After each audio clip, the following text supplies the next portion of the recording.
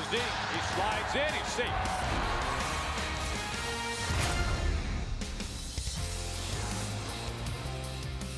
They are racing inside Tropicana Field as tonight the Mariners continue the road trip. They are 2-1 so far on this 6-game road trip that began in Houston, finishes here in St. Petersburg, Florida. Tonight it's game 2 of this 4-game series, the Mariners and the Tampa Bay Rays. Go Mariners. Go Mariners. Let's go M's. All right, let's go M's, baby. True to the blue. Let's go. Mike Z's good. Let's go. Mike Z's good. Let's go. Well, the Mariners a win last night, a 1-run win as we take a glance at the Jack-in-the-Box Mariners starting lineup. And D. Gordon will lead things off. Mitch Haniger last night 2 for 3 with a home run and 3 RBIs. Kyle Sear a couple of home runs on this road trip. And Daniel Vogelbach just called up. He will round out the 9 for the Mariners. Well, tonight marks the first career start for Wilmer Font, native of Venezuela. Starts things off the first pitch strike. And another reliever getting a start against the Mariners. For Font, his average fastball 94 miles an hour. Curveball split to go with it.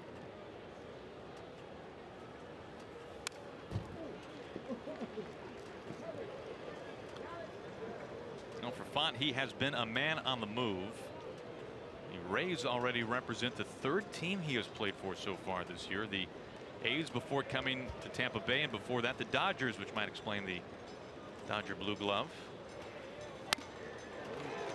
Font makes quick work of D. Gordon. 1 out. Mentioned Font pitching out of the bullpen. 14 appearances, high ERA, just under 10. 23 innings, he has 18 strikeouts, 8 walks. He's given up 11 home runs in the 23 innings. Opponent's hitting .337. He has trouble with his fastball so far this year. We'll take a look at the defense for the Rays. Malik Smith will be in center field. Jake Bauers made his major league debut in last night's ball game, and the veteran Wilson Ramos will do the catching. First pitch at 98 for a strike to Segura. Last 10 games for Gene, 19 hits, a .475 average. He began last night's game going 2 for 2, which now gives him 28 multi-hit games, the most of the majors.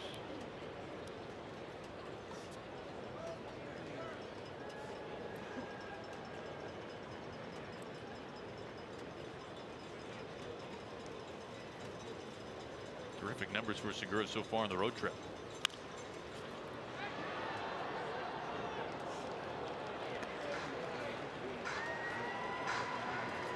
Now we are expecting Matt Andriese to cover the bulk of the innings behind Font today.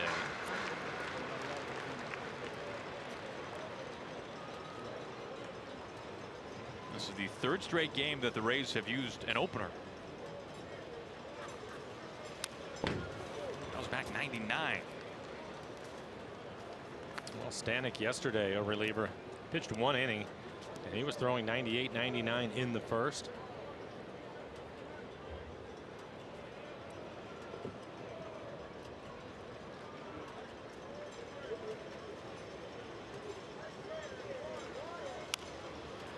Austin Pruitt took over after that, and Mariners were able to put 5 earned runs on him. Now for Font, he becomes the 13th different starter for manager Kevin Cash, which in this case is kind of a deceitful number. Yes, they have started the game, but that's about the end of it. They last an inning or fewer more times than not.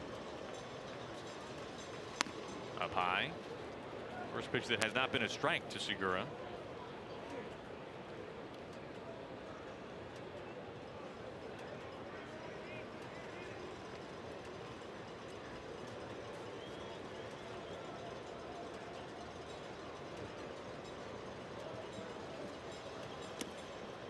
Two and two.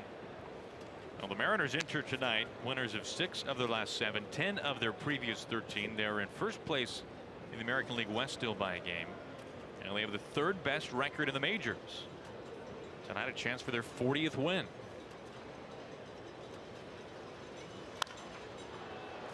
Popped up, foul ground over to Duffy, the 3rd baseman, as Has his sights set on it for round number 2.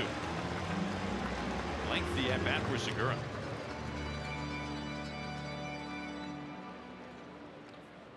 Pitch at bat. Driving the pitch count up on Font just in time for him to get out of the first inning. There's Haniger. Home run number 13 last night for Mitch. They have the shift on for him.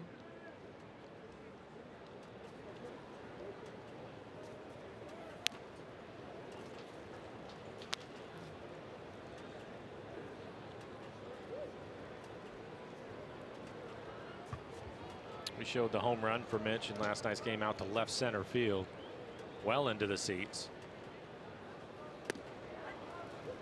His 13th home run on the year. He's currently 3rd in the American League in RBIs with 46.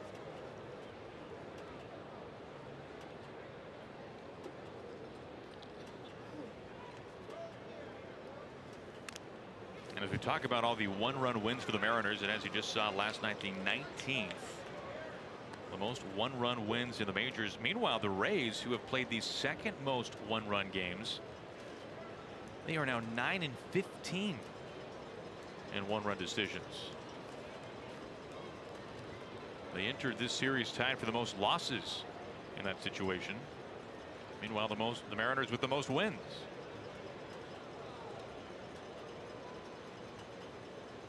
Two outs, nobody on, top of the first. Haniger swings through 98, and Font breezes through for the most part. The top of the first, retires his side in order.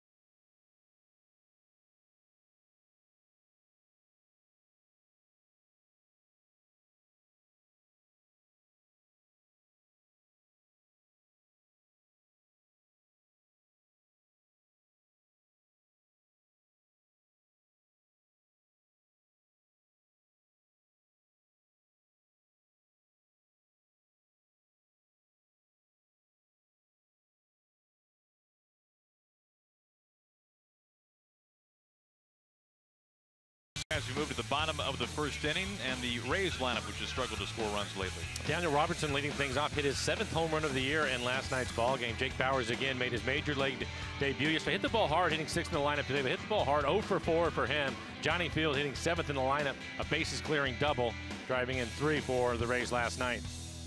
For Marco Gonzalez, he has really pitched well lately. A 3.38 ERA, looking for his 7th win on the year. 59 strikeouts over just 17 walks.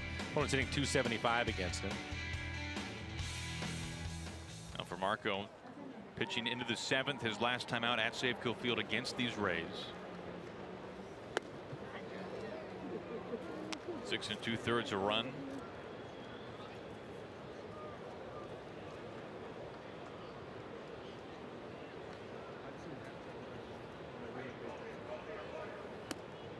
And something that's notable for Marco too, Mike. He came into this season having thrown 100 pitches in a major league game only once in his career. Now keep in mind he's had fewer than a full season's worth of starts in the major leagues between his time with the Mariners dating back to last year and with St. Louis before that. But each of his last 3 starts have been at least 100 pitches. And it's been interesting the way that Scott Service, Mel Stottlemyre have worked him to that point. It wasn't that long ago they pulled him out an outing that he was really pitching well, but he'd only thrown 79 pitches and he'd gone through the lineup twice. They wanted him to mix everything up, use all of his pitches early. He was able to do that, and since that point it's been a progression to move to the situation that you're talking about, Aaron, where he's able to go out there and throw 100 pitches and really work deep into a ball game and earn the trust of Scott and Mel to do that. Here's 1-2. I don't think there was a better example of it than his last outing against the Rays. You talk about pitch usage and the pitches that he has: fastball, has the cutter, curveball, changeup. Primarily it's fastball, curve, changeup, but just about 30% on his fastball, 30% on his curveball, 30% on his changeup, and then mix in the cutter every now and then. Really kept him off balance. Fights away at curve, still 1-2. Well, you just saw the numbers. His last 4 starts, 1 earned over 26 innings. An opposing hitters batting a paltry 180 against him. I think going into the year we knew about his changeup. It's his best pitch. Flicked through the right side for a base hit. But I think the addition of the curveball has really helped him out. Daniel Robertson played well against the Mariners this year. And a look at the defense for the Mariners. Ben Gamble didn't play last night, but gets to start out in left field. A lot of family here watching Ben tonight. Daniel Vogelback again called up today. We'll get to start at first base. And Mike Zunino also had last night off. He will do the catching. Plenty of Florida guys in the lineup tonight for the Mariners. Here is C.J. Cron, just 1 for his last 18.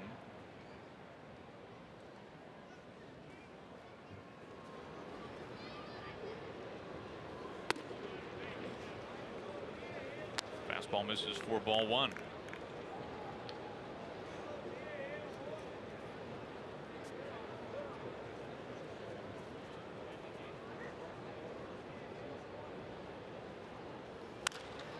Near the line, backhand Seager gets rid of it quickly. D on to first, double play.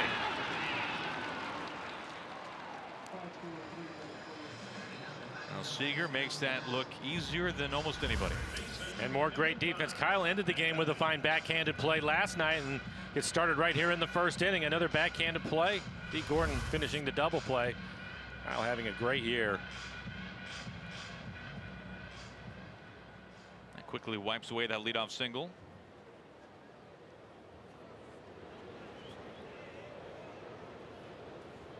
Two outs, nobody on for Matt Duffy. Adding 311 entering tonight.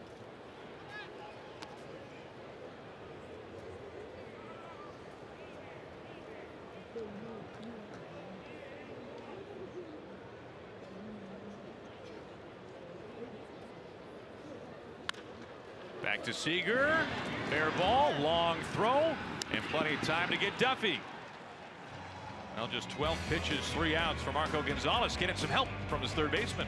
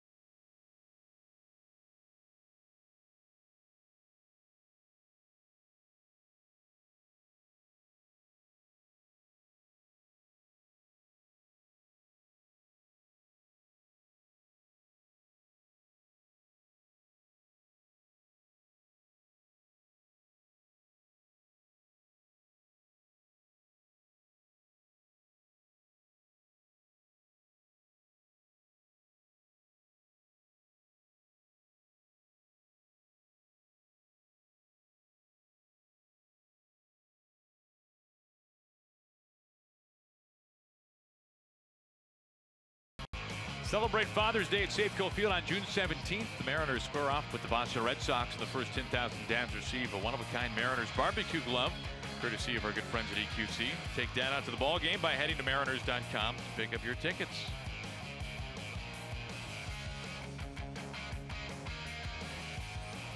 An early representative of Kings Courts. Felix will be pitching tomorrow. Paxton will be going to the finale on Sunday against Nathan Eovaldi. Felix versus Blake Snell, by the way, tomorrow. Should be a lot of fun. Ball one to Nelson Cruz.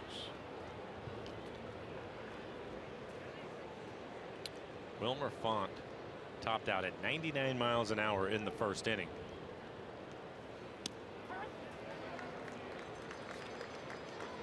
A little above his 94-mile-an-hour fastball on average, Mike. Is that what you're saying? I think he feels pretty good tonight. Hit 98 a couple of times.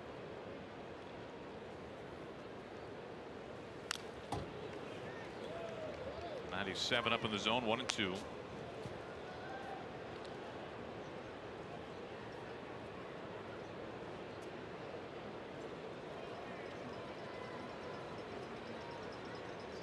Nelly swinging a hot bat. Look at Font's numbers a season ago with AAA Oklahoma City, the Dodgers affiliate. 178 punchouts over 134 innings. An ERA just south of 3.5. Now has it full. At this point last night, the starter, who was Austin Pruitt, was getting loose. Nobody getting loose right now in the Rays bullpen. Kevin Cash, manager for the Rays, must like what he's seeing out of Font here in the early going. To Duffy, low snare right by his shoelaces. Now there's out number 1.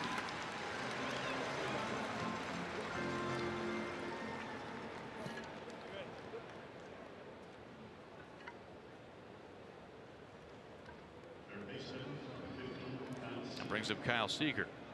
Now, we mentioned that this is Font's first career major league start, but to be fair to Font, he's made over 100 starts in the minors. It's not as though he's never done this before. Seager, who was terrific once again defensively in the bottom of the first. Jen talking with both Scott Service and Scott Brocious about Seager's abilities. This has really been a topic of conversation recently. Well, it's something that I've mentioned over the past few years, and something that Scott had said to me the other day when I was talking to him about all the things, and you can see what Jen has, but also to add to that, he thinks that Kyle, growing up playing in the middle of the infield, whether it's shortstop or second base, has helped him get rid of the ball and has such an accurate throw into second base. From turning double plays for all those years.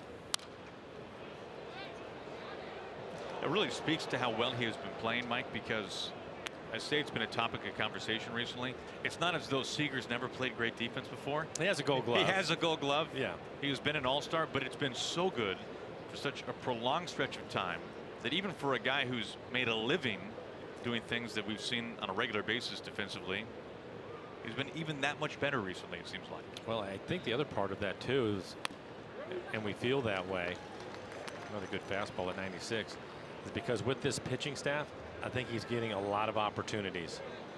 I think that he's getting an opportunity to field his position probably more frequently than he has in the past. It seems that every night he's starting a double play or two. Every night he makes a backhanded play. He's been busy. Well, and not to mention too that probably if we were to go back and look at the tape of to most of the plays we're talking about, well, one of them came late innings of a no-hitter, right? Yeah. And how many others come late in games, in close games, one-run games? That's including last night. right. That amplifies it even more. That ended the game. You're right. He looks at a full count. Well, the Mariners defensively, not just Kyle, but the entire team has been playing well. They haven't committed an error in 15 games. That's a record for them. That doesn't include how many hits they've taken away. The 3-2. Going chasing after it. Third strikeout. Font has struck out 3 of the first 5.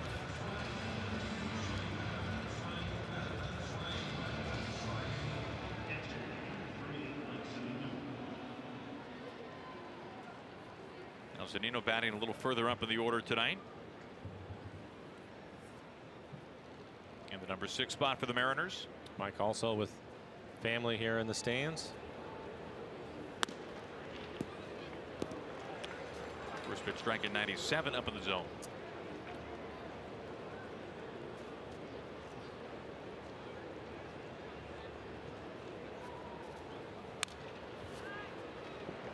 He's telling me today that his family takes him a couple of hours to drive here to the ballpark.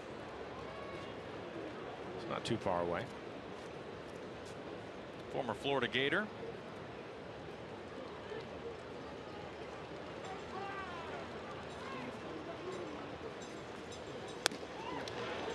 Tried to check a swing, could not. 4 strikeouts to the first 6 batters faced for Wilmer Font.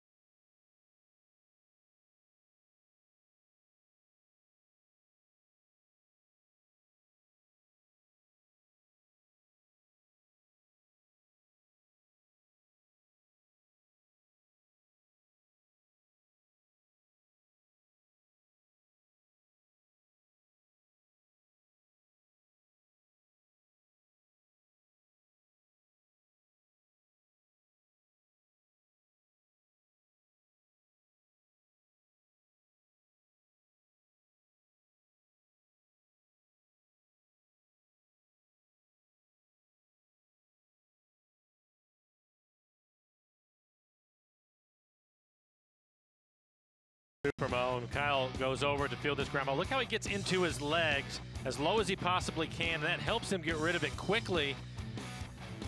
And an accurate throw, an easy turn for D. Gordon. That double play in the first inning. Mariners also turned a couple of double plays in last night's game. I think that's a real key, though, when you're fielding the backhanded play. Most of the time, Kyle will be aggressive, but he really gets into his legs. He gets down low so that he can just spin and let his hands work for him from there. So many times you see guys and they're almost standing up and bending over at the waist, and that's when you start to hit it off the heel of your glove. That's rare to ever see Kyle do that. First pitch slapped foul by Ramos.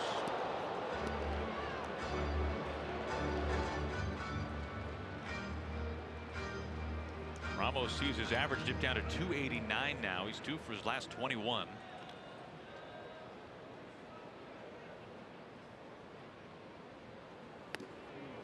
Marco ahead 0-2.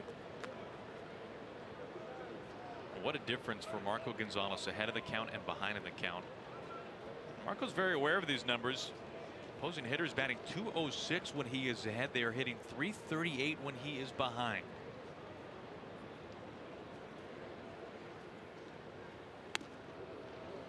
Pretty good cutter, just missing the inside corner.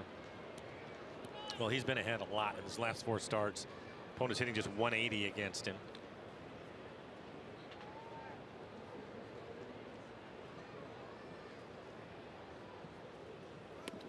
I think a big part of that again is also mixing everything up, not just working ahead, but being able to mix up his pitches. There's been times when maybe he'll miss with a first pitch fastball. He can come right back with his curveball to get back into the count. He doesn't have to give in to him. And I think because of that, you get the hitters off balance. We're seeing his ground ball percentage shoot up. Jams Ramos. D. Gordon gliding over to make the catch.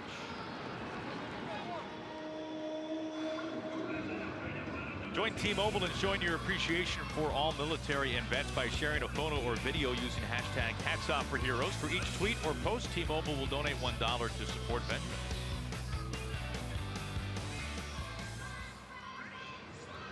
DeMarco, a couple of ground ball outs in the first inning.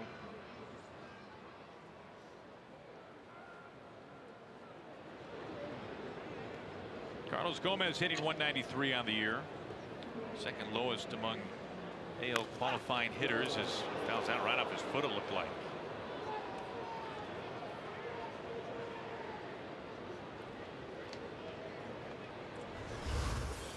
A slow curve ball, 78 miles an hour, and you're right. Instep of his foot, maybe even right on top of the foot.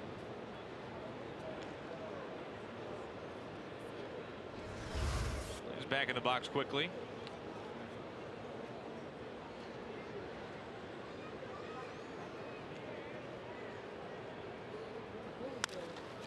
Skimming out to Segura. Mariners shortstop handles it easily. Quickly, 2 outs.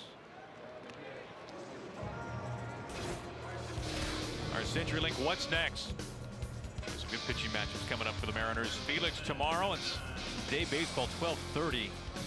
We will be on the air against Seattle's own Blake Snell, who of course was just masterful in his previous start against the Mariners. On Sunday, plenty of velocity. James Paxton, Nathan Eovaldi on the air at 9:30. Final game of the road trip. Here's Jake Bauers. Bauers on the first pitch. In towards center. Heredia glides in and he makes the catch. 8 pitches, 3 outs. Marco very efficient thus far. We go to the third.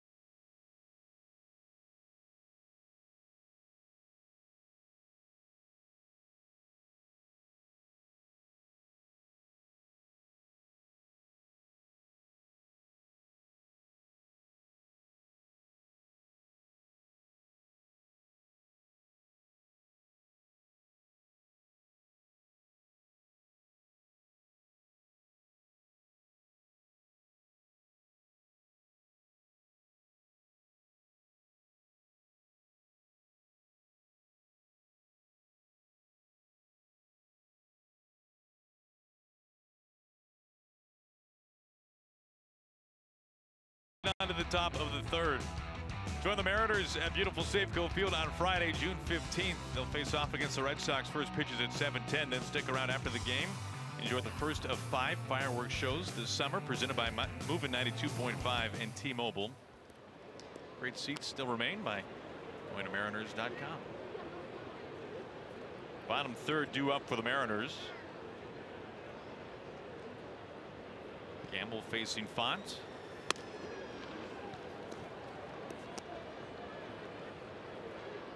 Hopefully I have some good news for you, Aaron. Matt Andriese is getting loose in the pen because Wilmer Font, what a fastball he has had today. 4 strikeouts for him.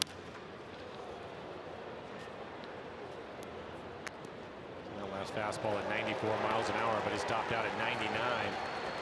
Andriese getting loose in the pen. Now, when I saw Font warming up in the bottom of the second, I just kind of thought that Font would be coming out here in the third to begin things, but at least not to begin. Andriese. Excuse me. Thank you. I think that was probably going to be the plan, but Font right now 34 pitches. Kevin Cash is going to get as much out of him as he can tonight before he brings in Andriese. Fastball runs inside, full count to Gamble. Ben also has some family here. 3 adorable blonde-headed nieces are running around the ballpark today. Yep. All over foul. Just so happened when I was at the cage today watching the guys hit, you had Gamble, Zunino, Vogelback all hitting in the same group, and they had family all over the place. All Florida guys. They're certainly happy to be in Tampa for 4 days. Leadoff walk. First base runner for the Mariners.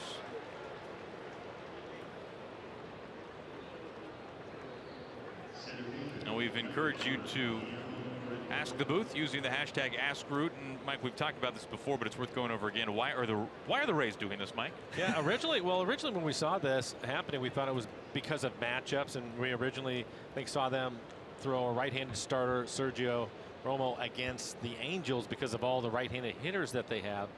But really the reason why they're doing it is, and you've heard us talk about it over the course of the season, the last couple of years really, but how difficult it is for starters to work through a lineup 3 times.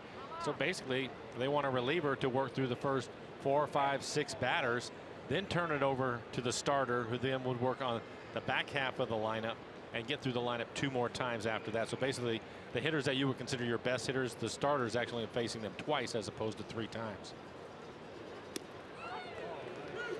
And we've seen that now back-to-back nights with the reliever starting the game, turning it over to the starter. Worked out for Stanek, the reliever, last night. We pitched the first inning. He was in a little bit of trouble. A good fastball at 98, but didn't give up any runs. Then it was after that Austin Pruitt, the starter, came in. The Mariners were able to put a 5 spot on him, so not worked out so well for the starter. We ended up pitching second in the game.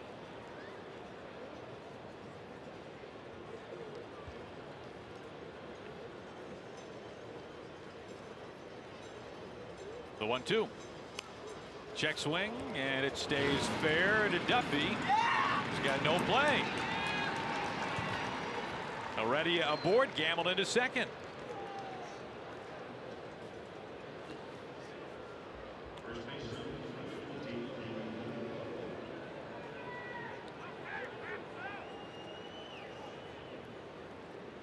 To aboard for Daniel Vogelback. For already trying to check his swing, but puts the ball in play, and it'll work out for him. A swinging bunt flying down the line. I think things changed a little bit for Kevin Cash tonight with Font on the mound because of how well he's throwing the ball. So he's going to pitch through the lineup 1 time. Daniel Vogelback hitting 9th.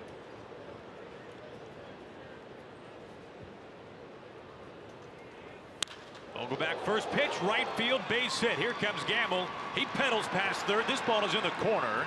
Heredia gets the stop sign at third base. Daniel Vogelback wasted no time.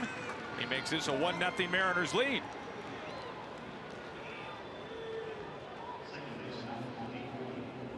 This will make the Mariners and Daniel's family happy. Jumps on a first pitch fastball. And I have to say, I think Wilson Ramos, the catcher, was crossed up right there.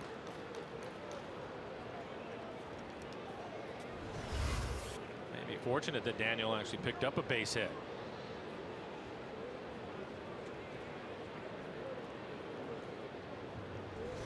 Let's take a look at Wilson Ramos, the veteran catcher. He's expecting that ball to break. You're right. Yeah, he's fortunate that Daniel hit it. That was a pretty good fastball in the mid-90s. Now he's going out to the mound.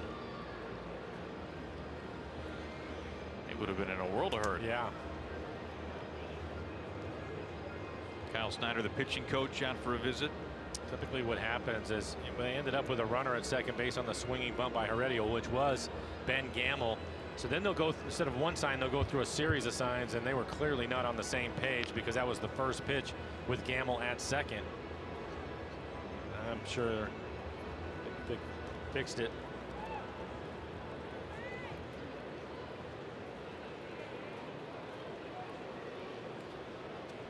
Now Font has faced the order one time through.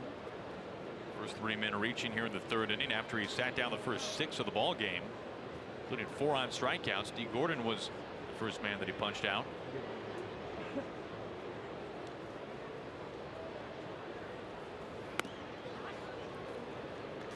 And for a strike.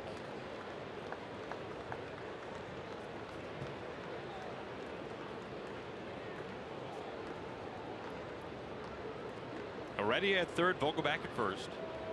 Duffy, the 3rd baseman, playing in.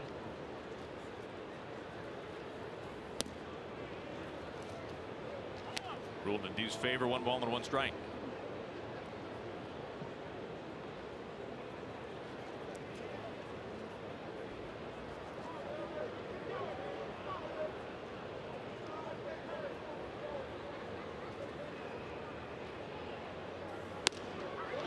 How strange must it be if you are Andriese in this case and you're warming up and you've been basically a career starting pitcher, if you get called on with runners on base? I just think that starting pitchers, they have such a different routine than relievers do.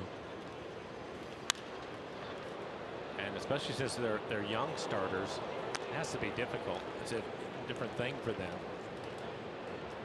Did not work out for Austin Pruitt last night.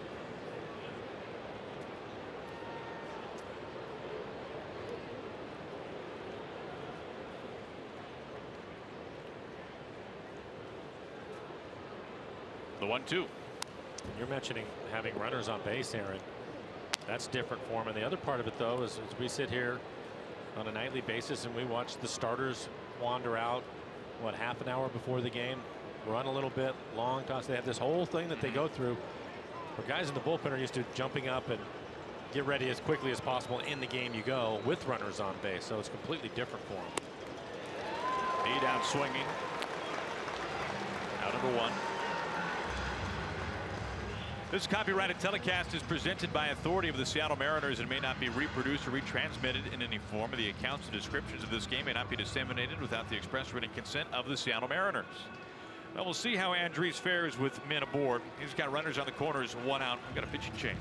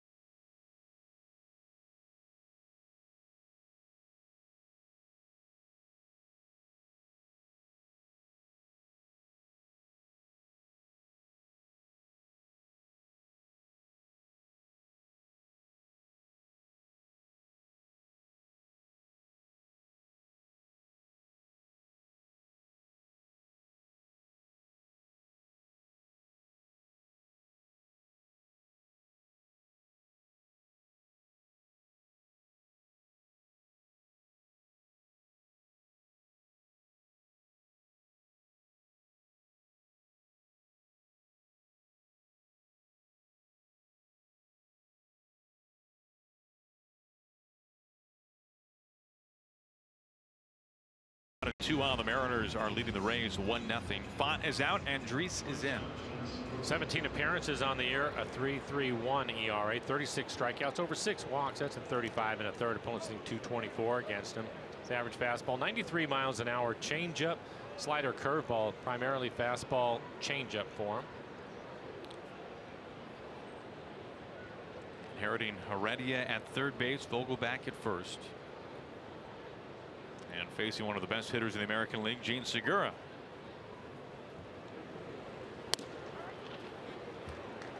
Gets a call for strike 1.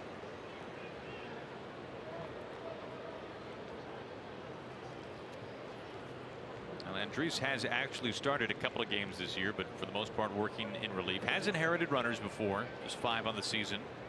Has stranded 3 of them. Quick skip in out of the glove. Arroyo. He gets rid of it. A run scores. Heredia crosses the plate.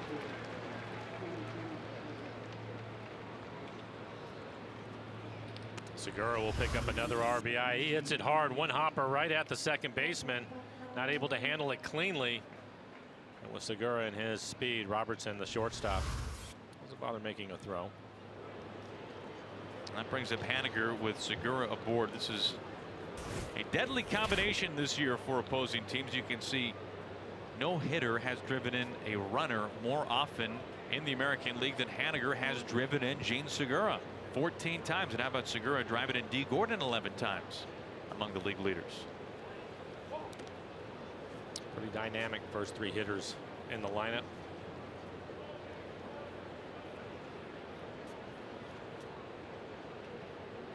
I mean, Gene this year has hit first or second all year long, and with that RBI he now has 40 on the year. Haniger leads the team with 46. Mitch takes ball 1.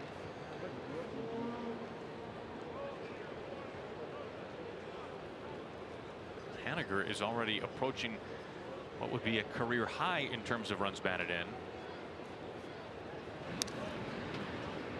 Last year, obviously, a bit of an injury shortened season. He played in just under 100 games. Last year, 47 driven in. Haniger is sitting at 46 right now.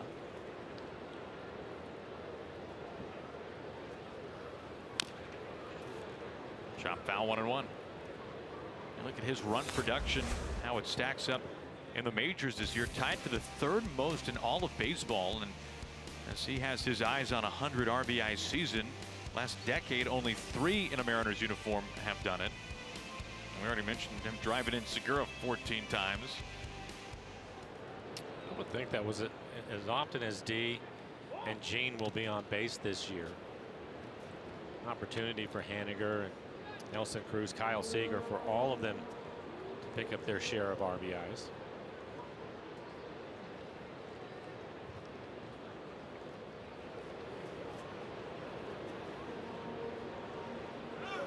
Taken off. Segura headlong slide, and he is safe. 14th of the season.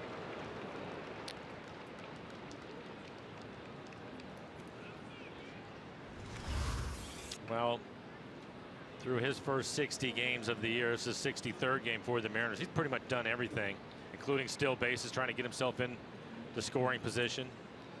Showed the numbers, how many times Haniger has been able to drive him in. Unfortunately, that one ends up hitting him in the ribs, but he's safe.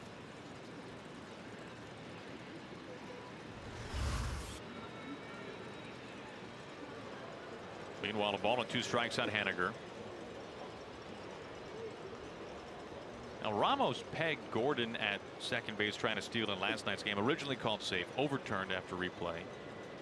That snapped an 0 for 20 for Ramos this year, trying to throw out runners. An 0 for 24 dating back to last September.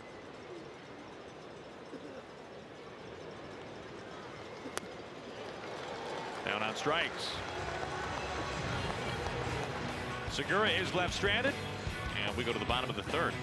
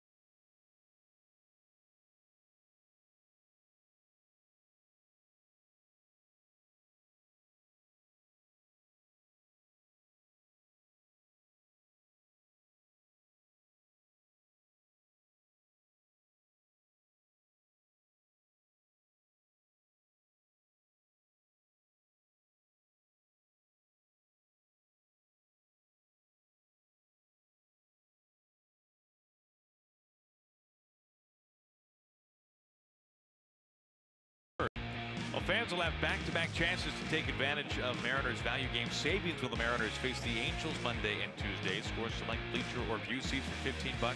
Main or club seats for $30, courtesy of BECU. Just go to mariners.com to pick up your tickets. Wednesday, by the way, the finale against the Halos will be day baseball, the Mariners matinee at Safeco Field. And road ball one to Johnny Field to begin the bottom of the third.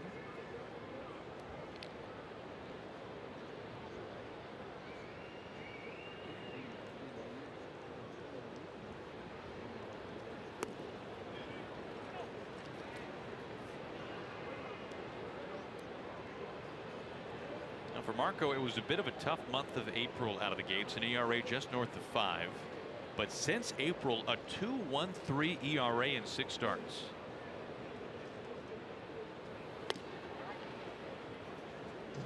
It's a strike call, 2-1. We've seen a lot of that. Falls behind 2-0. He's been consistently getting back into counts either with his changeup, which that last pitch was, or his curveball. So not giving in to hitters with his fastball.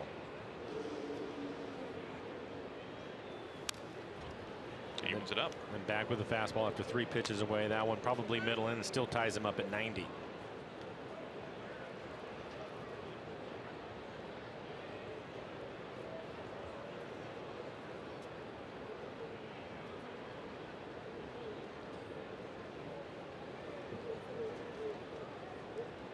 The 2-2. Up towards Haniger. Pitches back on it. Hauls it in for round number 1.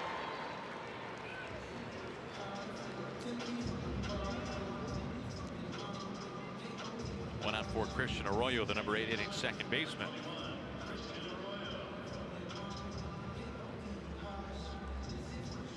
We have talked before about Marco's collegiate career in Spokane with the Zags, but if you go back and look at his high school career, of course he's a native of Fort Collins, Colorado. I know he could hit. He could hit. Yep. Could also pitch.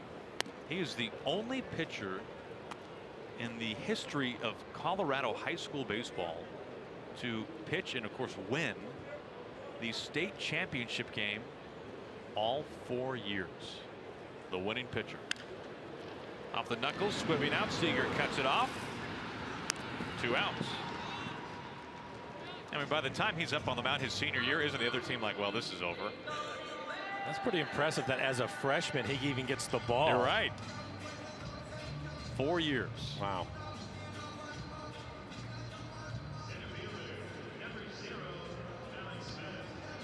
Well, we talked about it. He's figured a lot of things out.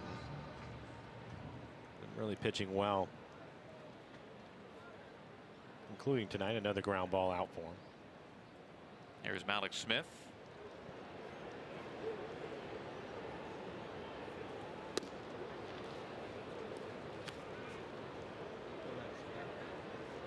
First pitch curveball strike for Marco.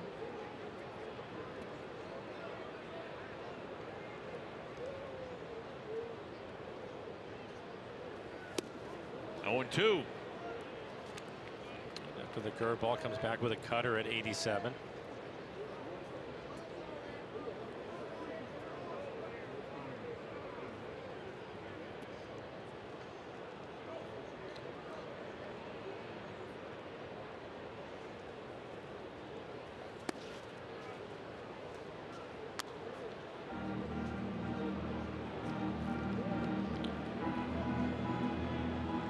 Alex just 2 for his last 19, the number 9 hitter for Tampa Bay.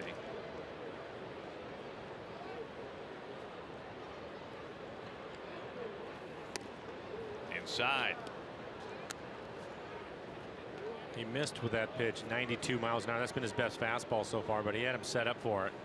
A couple of pitches away. Gonna try to hit the inside corner and jam him. It's just too far off the plate. To center, pokes it through for a base hit.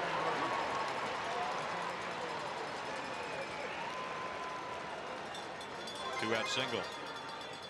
I'll take a look at our IBEW NICA investing in our future. Evan White, Mariners first-round draft pick last year, promoted from High A Modesto to AAA Tacoma. You can see his numbers so far this season.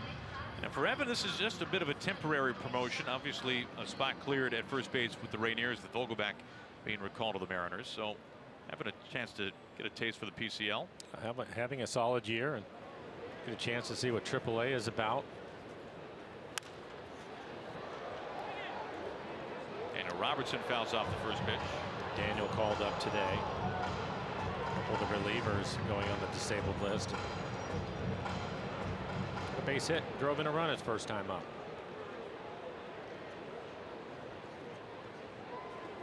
Two outs, Maddox, Smith aboard. Smith has 11 steals, but he's been caught a league high 6 times.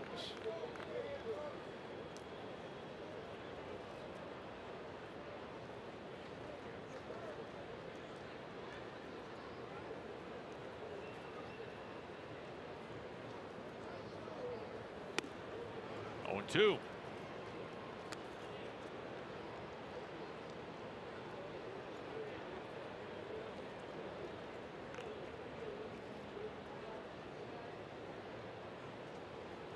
Mariners getting 2 runs in the top of this third. RBIs from Vogelback and Segura.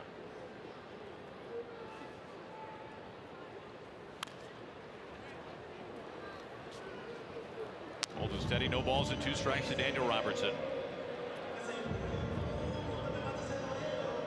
Of course, for Marco, his last start against these Rays, he pitched into the 7th. A couple of cutters in on his hands. Go back in there again if he would like, or maybe his changeup down and away. They're set up inside. Going back in there again.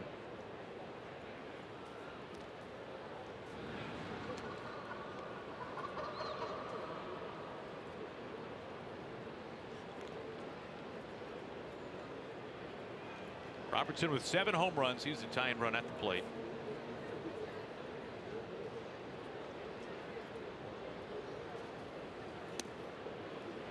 When Marco was walking off the mound, you can see why. Well, it's a pretty good pitch, and he's throwing strikes. 35 pitches, 25 strikes for him.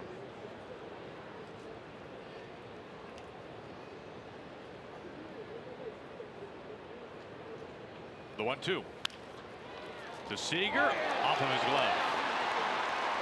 Smith quickly hustling to third base, and they're waving him home. Now he gets back to the bag. Seager cuts it, throws to second. Runners at second and third.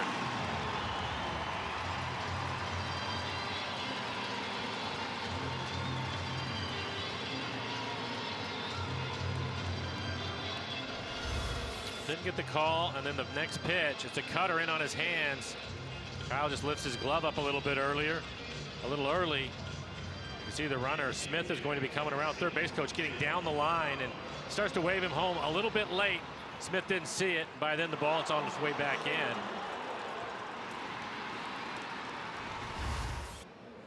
Now that breaks the Mariners club record, 15 games without an error. It is an error on Seager. Crone fouls this away. It was the longest errorless streak in the majors this year and the longest in franchise history.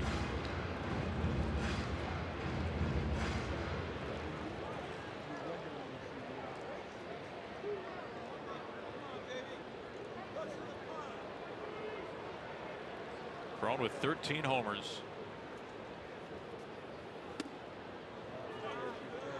1-1.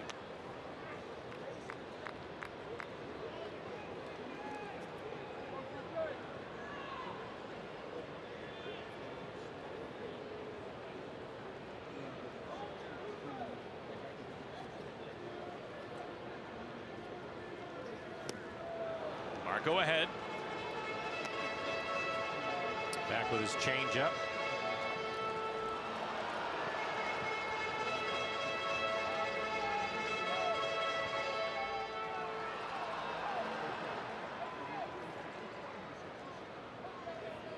Crone the go-ahead run at the plate with plenty of power.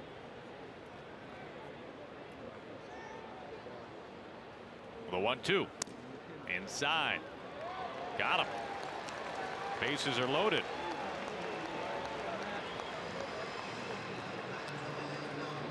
He hit him. It must have been a pant leg. Mike set up inside. There's the cutter. Catches it cleanly. Cron reacted right away like he got hit, but you couldn't see much. No.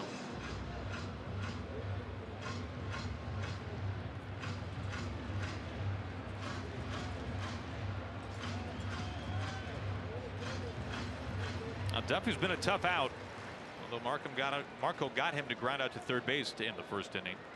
He's been their best hitter this year. Came into the game hitting .311 overall.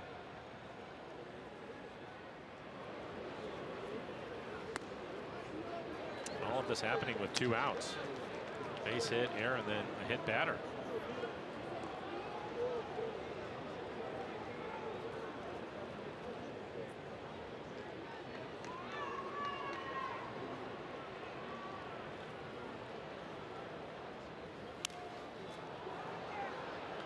One and one. Now before that single, Marco had retired 7 consecutive Rays hitters, and now the last 3 have reached.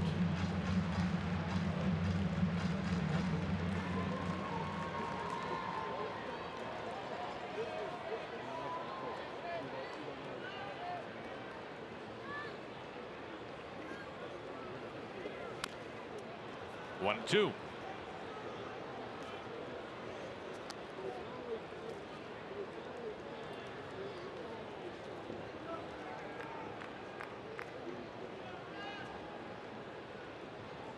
Smith over at third base. Robertson good speed at second. Cron at first after being hit or grazed.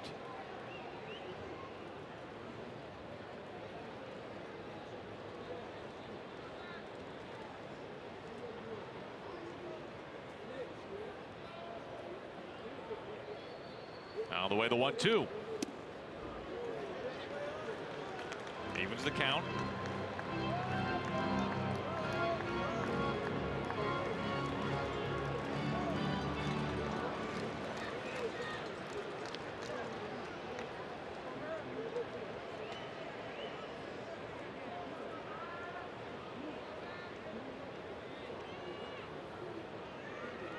Marco's 2-2. Good stop by Zunino.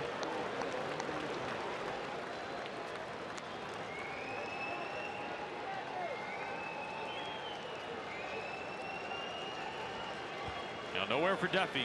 Mike blocking a changeup that was in the dirt.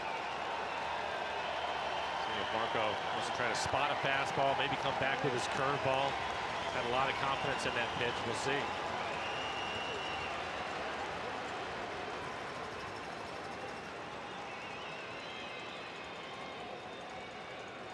Marco's payoff. Swing and a miss. Strike 3. Gonzalez gets out of the bases loaded jam. Mariners holding on 2-0 the lead.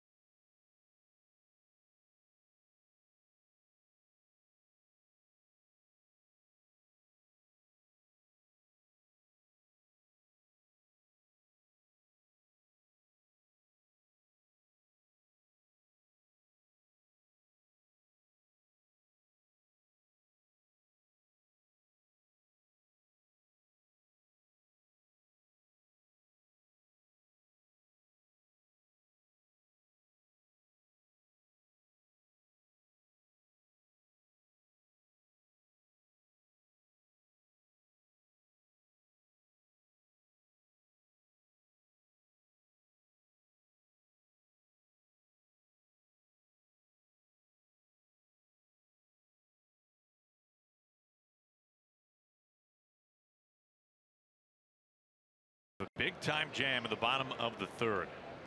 He's just cruising along, and with a couple of outs, found himself in some trouble. Cut fastball just off the outside corner. Gets him out of the inning. Andrews facing Nelson Cruz. Mariners leading 2-0. Starts him off with ball 1.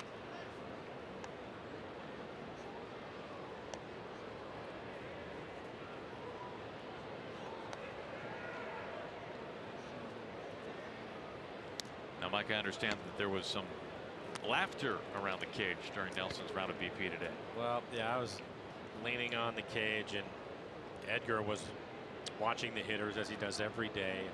So I was watching Nelson as he was stepping in. It was the second pitch that he had hit another line drive into play. And I wasn't looking at Edgar. I didn't say anything, but both of us just started laughing at the same time just because of how hard he was hitting the baseball. And Edgar was telling me that when the club was in Houston, his batting practice, he said, was as good as it gets as far as hitting line drives. But it's just a little bit louder than everybody else.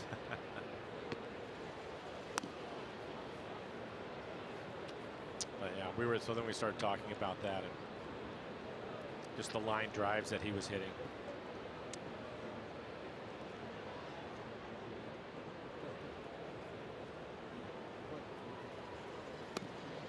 Full count.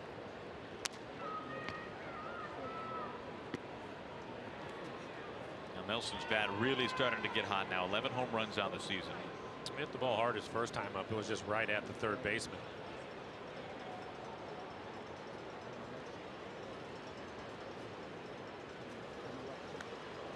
For the 10th time this year, Nelson Cruz wears one. That leads the league now.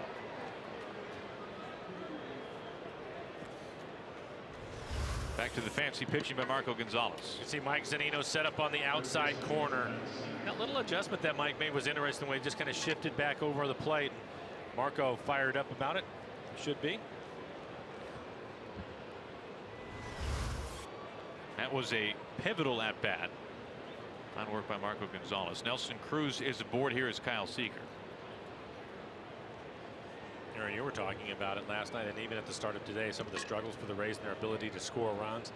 So they're going to be limited in their opportunities, and so to make a pitch like that at that point in the game, obviously protecting the 2 runs, but more importantly putting some more doubt on the other side of the field and what they're able to do offensively. Strike 1 to Kyle. Look at this 7-game losing streak for the Tampa Bay Rays. They have failed to hold a lead, or have the lead I should say, in 6 of those 7 games.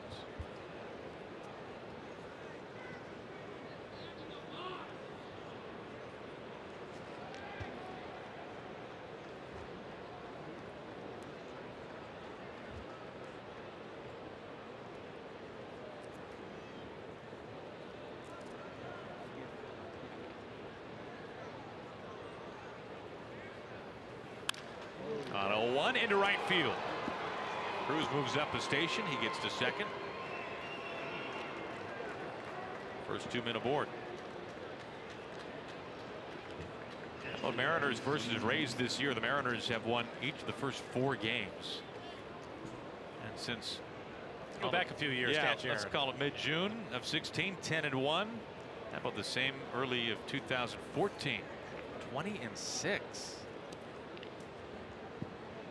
I mean, is that just an unexplainable thing, do you think, Mike? Well, we talked about some of it this year. Sure. Being 4-0 and their struggles offensively. You go back that far, though. To go back that far, and there's probably different reasons over the course of some years.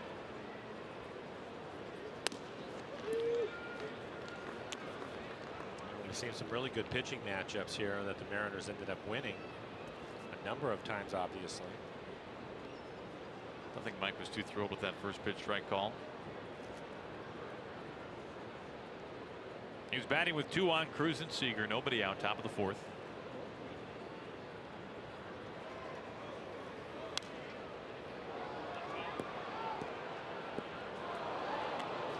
Behind 0-2.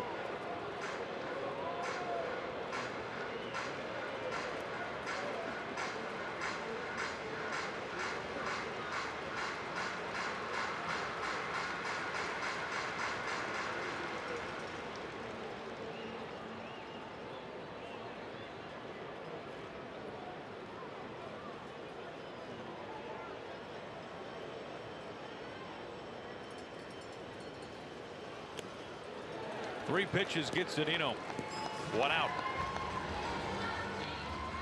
Well, the Mariners celebrate young players all over the Pacific Northwest with Youth Baseball Day on Sunday, June 17th. All kids 14 and under will receive Mariners Eye Black stickers. Thanks to Aquafina. Get your tickets for the whole family. Mariners.com. One of the great oddities of the Mariners and Rays over the years, I would be willing to guess, Mike, that it probably took David Price maybe 6 years in the majors before he pitched at Safeco Field for the first time. Yeah, that's right. That has something to do with the numbers too, I'm sure. I mean, you talk about an oddity. Ben Gamble with a walk and scored a run his first time up. Yeah, I had thought about that. I think it was 6 years. That sounds about right. Probably threw plenty of side sessions at Safeco. But they never quite lined up to pitch in Seattle for a long time.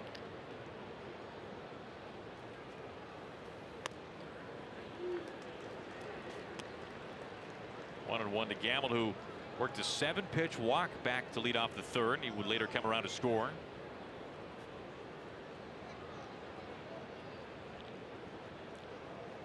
He was batting with Cruz at second, Seager at first.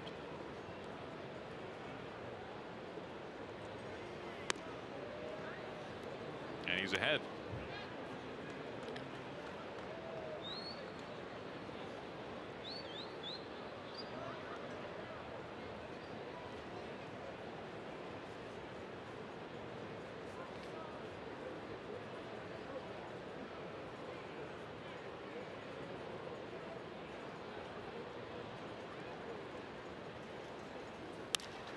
And play up the middle, finds center field. Cruz gets held at third base. Seager into second. Mariners have him loaded with 1 out.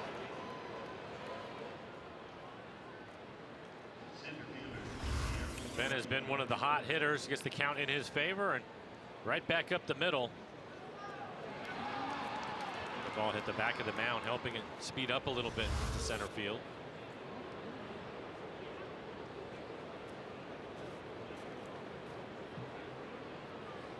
Heredia with a base hit his first time up, an infield hit.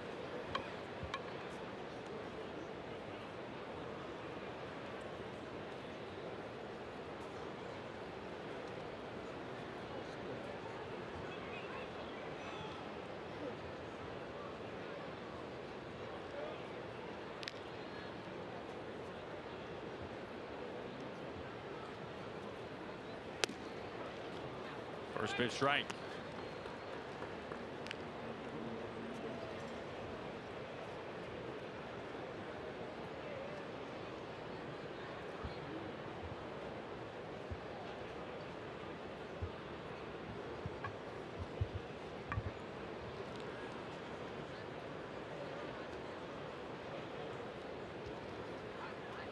The 0-1. Fouled over by Scott Brocious, 0-2. We saw what had to be some Guillermo Heredia family friends in the ballpark today. The Heredia jerseys on. Down on the field for BP. Down on the field. Spent a lot of time speaking to him. I didn't get a chance to find out if they were family or just friends. Bruce at third, Seager at second, Gamble the man at first.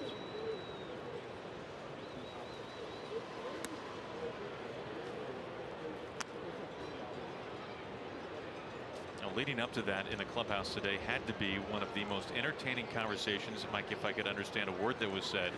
It was Heredia, Ichiro, and Maniacta.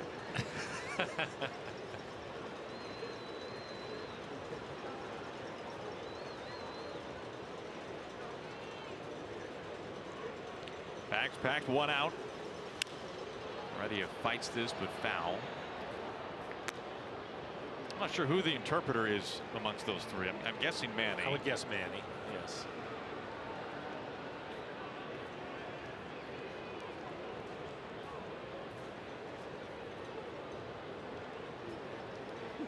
Well, they all had to seem to have a pretty good idea as to what one another was saying. Already a chance to really open this one up in the fourth.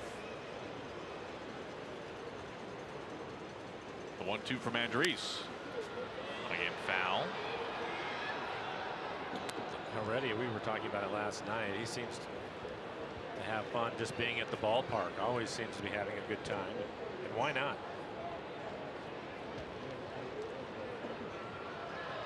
I've seen his role expand. Big RBI chance here.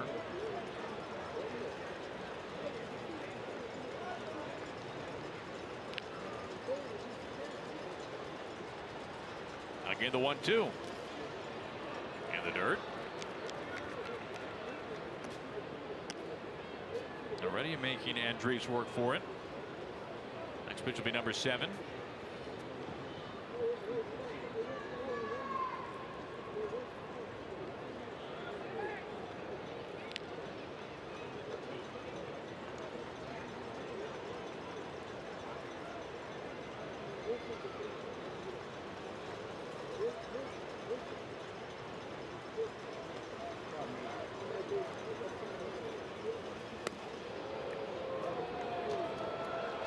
Full count.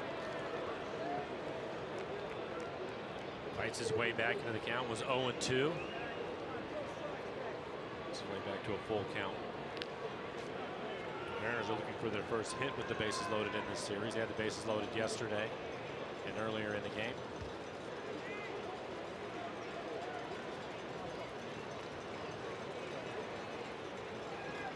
Pitch number 8 to Heredia. In play of the shortstop, Robertson. Little bobble.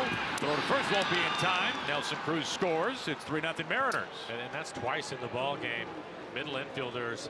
Arroyo, the second baseman last inning, and now Robertson, the shortstop, bobbling the ball. Probably should have been a couple of double plays. Doesn't work out that way. Heredia will pick up an RBI. You can see him bobble it right there. And by then, Ben Gamble right on top of second base.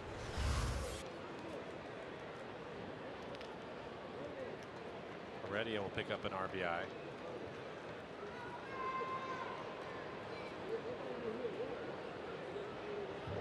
Now Vogelbach drove in a run on the very first pitch that he saw tonight, a single into right field.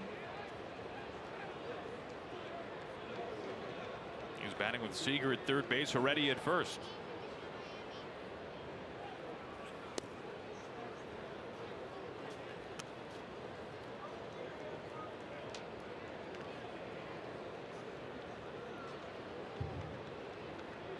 Look at the numbers for Vogelbach in the minors. This year with the Rainiers, a .445 on base percentage. Batting just over 300, 10 homers.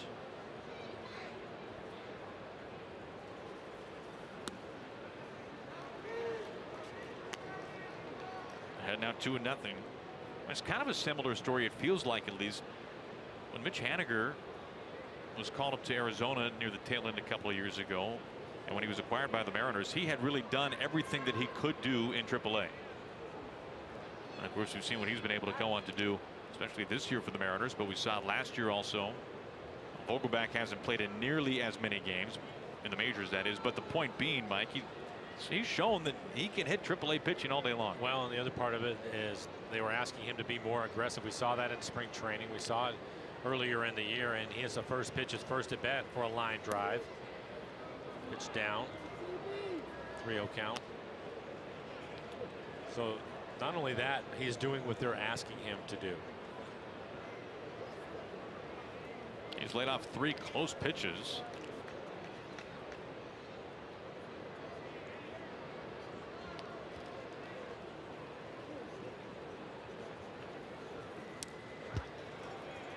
That time to strike.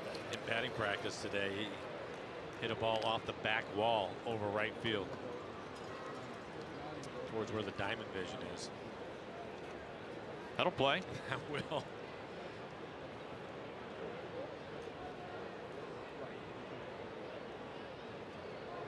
Runners on the corners, 2 outs. And it's ball 4 to Vogelbach. Vogelbach aboard for the second time in as many plate appearances. And again, the Mariners have the bases loaded. And back to the top of the lineup with D. Gordon. Cal Snyder back out to have a chat. I'll be happy to see someone other than Wilmer Font. He struck out twice facing Font. And I think to your point earlier in the ball game, Aaron, with Andres just doesn't seem to be real comfortable. And it may have been the same way if he had actually started the game, but you saw it again last night with Austin Pruitt, who came into the ball game. I do wonder, and of course it's different from guy to guy, but overall, so which player is it a bigger adjustment, for the reliever who is starting the game or for the starting pitcher who is now coming in? I would think for the starting pitcher, because of what we talked about, how much time they typically take to get ready, to get loose, just their overall routine. The bullpen guys, they can go out there late if they want, right? Right. And just crank it up and run into the game, knowing that they're just going to get through an inning, maybe two at the top. So it'll be more difficult for somebody that's used to starting and comes out of the bullpen. First pitch to Gordon. Looks at ball one.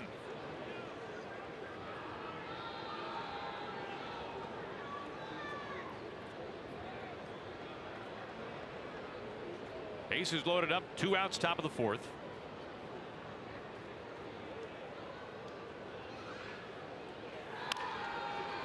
Over to first base. Bowers, the rookie, has it to end the inning. The Mariners leave them loaded. They do get a run, though, and they lead it 3-0.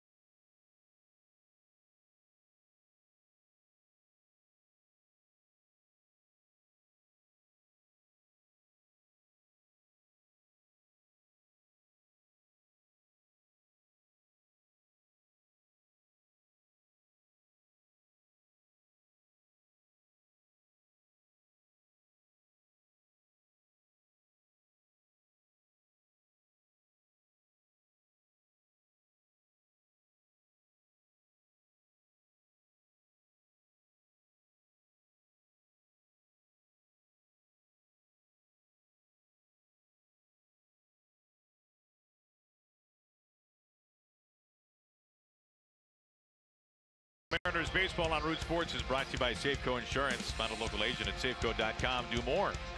And by the International Brotherhood of Electrical Workers, Local 191, investing in our future.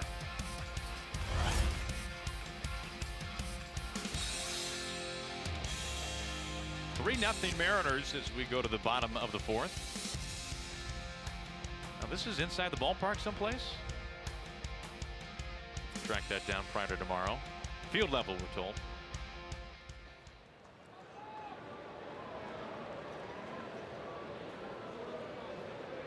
Wilson Ramos leads it off the catcher for the Rays.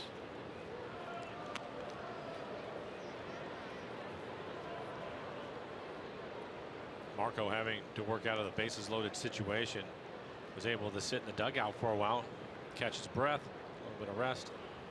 Long inning for the Mariners hitting. Soft chopper, foul ball.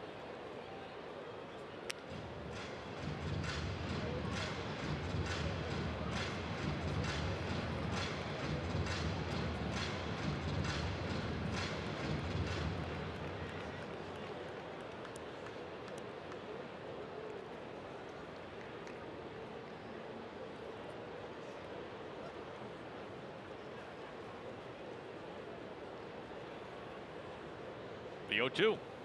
Swing and a miss for strike 3. Not take long to get Ramos. 1 out. Elevated fastball right at the top of the strike zone. 3 pitches and a late swing from Ramos, cleanup hitter for the Rays.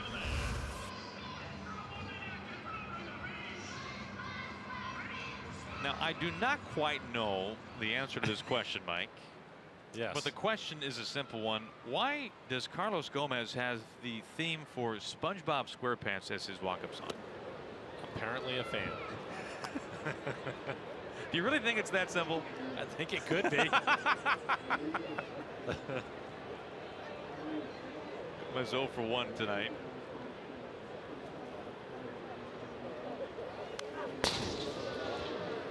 Oh, 2.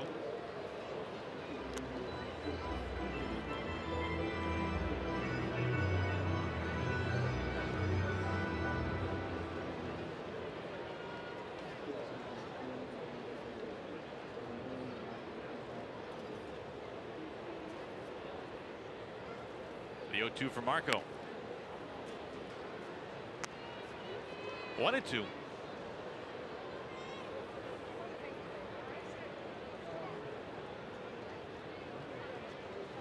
Now, Aaron, wasn't really that close. Now, come on, Mike. Don't call me out like that. Nobody else can see us. This is fouled away. The inning got off to a great start for Marco Gonzalez, and it could still be a very great inning. The 3 pitches and the strikeout to start things off. Yeah.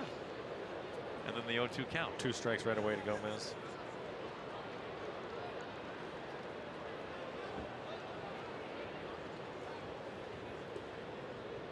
The 1-2. SpongeBob out to right. 2 outs. Well, cheer on the team, then round your way to home with the Sound Transit Day Pass. Learn more at soundtransit.org.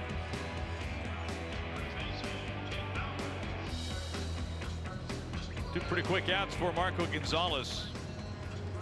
Faces Jake Bauers. Mike, when you were on the post-game show last night and I was leaving the ballpark, I ran into Mr. and Mrs. Bauers. Yes. Outside the ballpark. I recognized them since we saw them plenty last night. We saw some great reactions from them. Their son, Jake. There they are. Jake, of course, making his major league debut last night. Misty and Stu, the proud parents. And I'm sure nervous parents. They were. Yeah. And I asked Misty in particular, because as you remember, there was a check swing strike 3 called against Bauers late in the game. Questionable. Very questionable. And I said to her, were you booing the umpire? She said, yes, I was booing him. Of course. I understand that. It was questionable. They were very pleasant to talk to. Pretty close. Boy, it even looked like David Rackley, the home plate umpire, flinched a little bit, thinking maybe.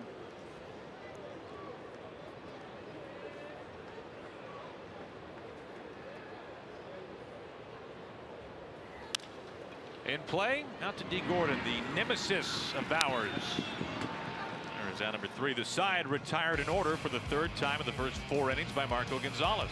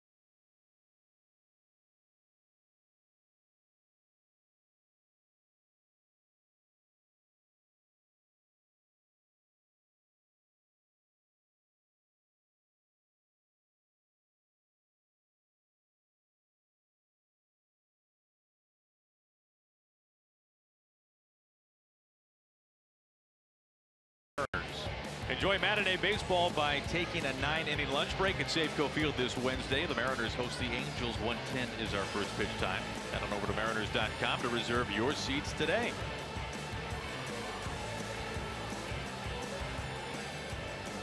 Inside Tropicana Field tonight, game 2 of 4, Mariners and the Rays. Mariners winning last night. Mariners 2-1 so far on the road trip. In first place in the West by a game. Segura looking for his first hit of the night. He has picked up an RBI on a fielder's choice. Now 40 RBIs on the year for Gene. Also a stolen base.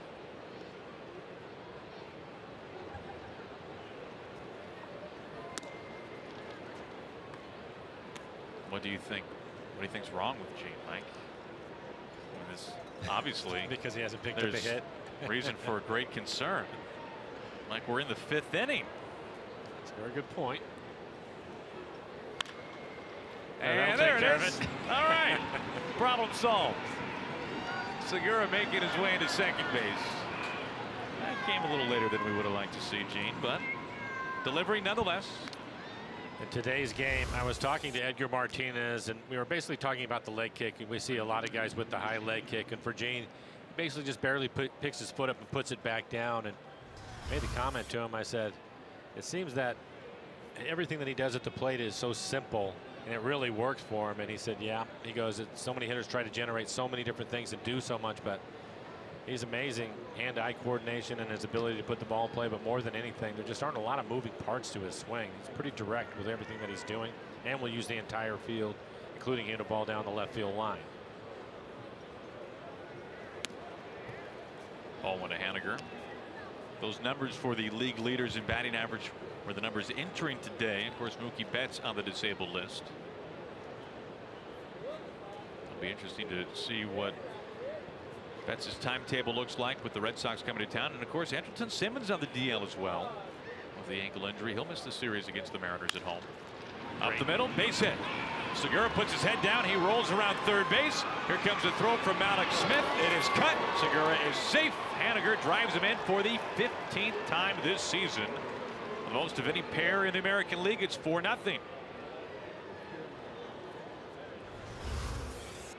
Set up probably middle away. It looks like a little cut fastball. Not a lot of break to it. You can see where the second baseman is playing on the left side of the diamond.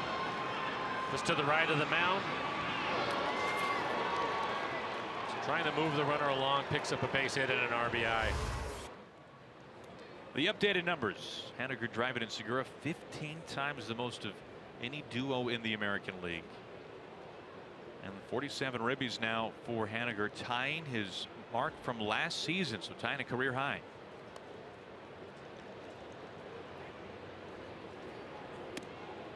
Gibbs came in third in the American League with 46, now 47 RBIs. Manny Machado was second with 50. JD Martinez with 52.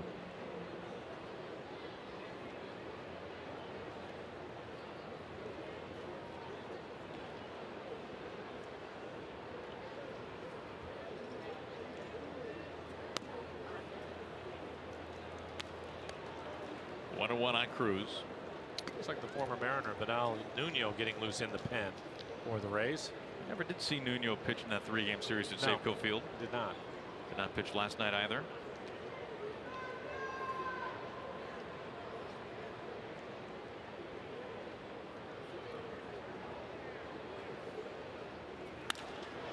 Shot out to left field, measuring it up, and he's able to make the catch. Lights get into the way a little bit. He's able to snag it. 1 out. Fighting the lights, trying to get as low as he possibly can, and he catches that just above the ground. It's almost a base hit for Nelson.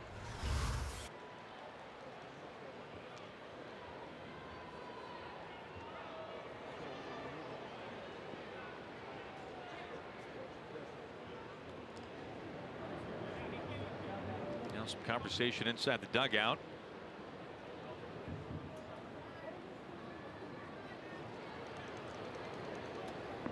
Just buying some time.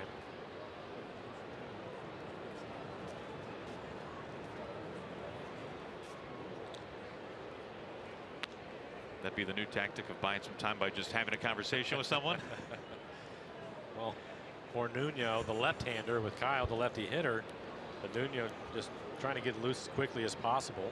Say, hey, David, think you're doing a great job. David Rackley, our home plate umpire. Bought him a little bit of time, but not enough to get into the game and pitch to Kyle. Kyle had a base hit his last time up, a line drive back into center field.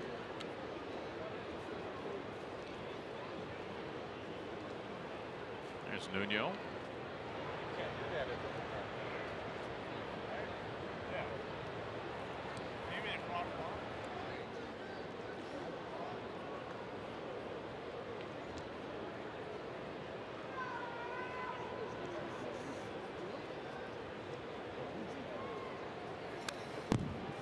Elsewhere tonight in the division, the Astros, who won last night, are leading the Rangers right now 4-1. Verlander getting the start in that one. Mariners trying to stay a game ahead.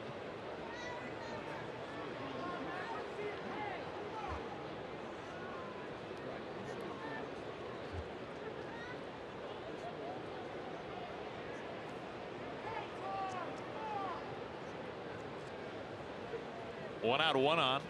Mariners scoring 2 runs in the 3rd inning, adding a run in the 4th, and now another run here in the 5th.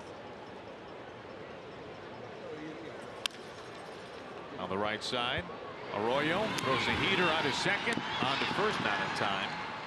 2 outs. Seager a fielder's choice. Well, coming up tomorrow, some late afternoon baseball here local time, 12:30 back home. We are on the airwaves.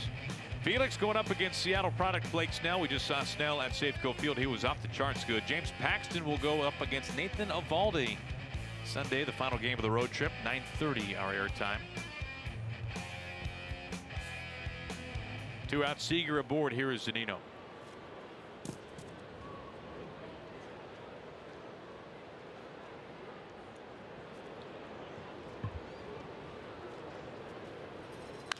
First pitch, Duffy has it go off his glove.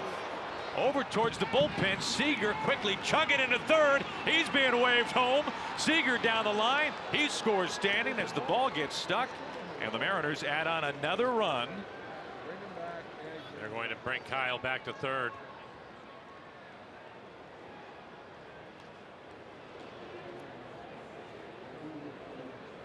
Let's go back and see what happened to this ball. Goes down into the Mariner bullpen. Now, if this goes under a glove, now I got to tell you, you got to. What are the chances? Now Scott Service now out of the dugout. He's going to talk to the home plate umpire. Kyle had come all the way around, touched home plate, but they brought him back to 3rd. That will be a double for Zunino and a pitching change.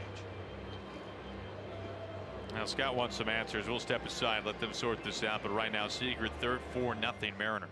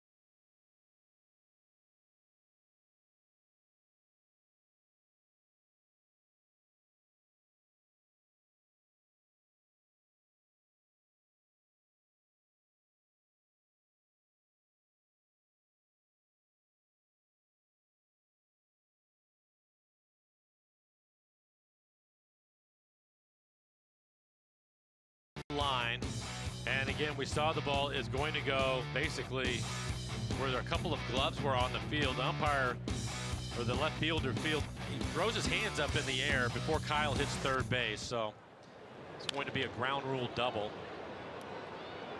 And they ended up having Kyle go back to third because he hadn't quite hit third by the time the outfielder had thrown his hands in the air and the ball clearly disappeared behind a couple of gloves. So just a bad break for the Mariners.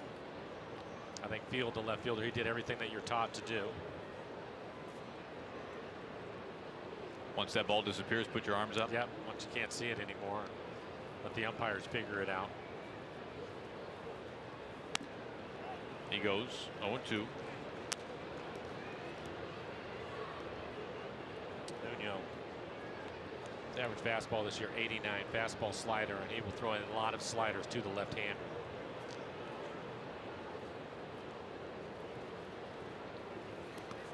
Bounced in.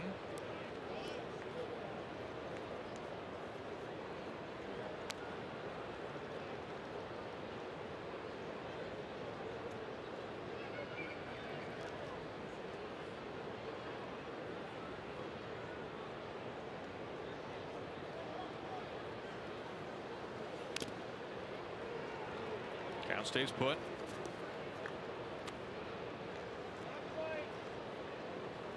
At least during his time with the Mariners, Vidal Nuno, a very quick worker.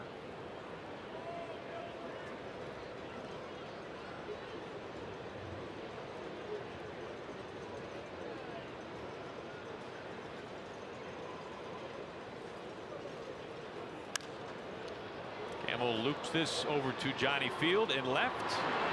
And it ends the inning. The Mariners strand 2. They get a run. They go to the bottom of the 5th, 4-0 Mariners.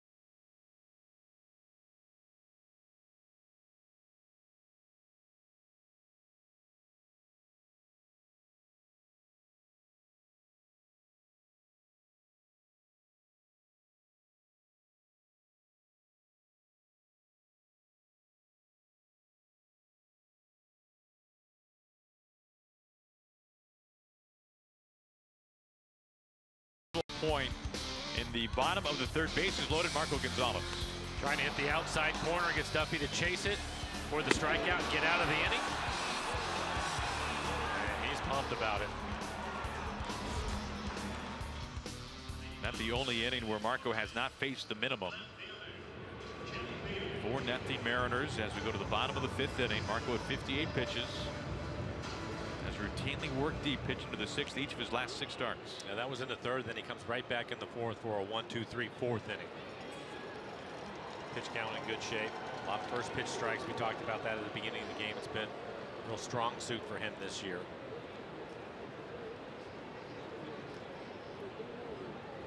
Facing the bottom 3rd, here is Johnny Field.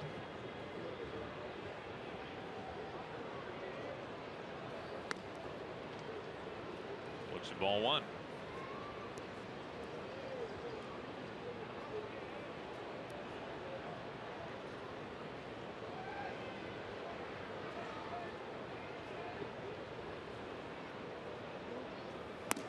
Marco has been such a big reason why Mariners pitching the last 21 games has a 2.38 earned run average. The starters numbers even better than that.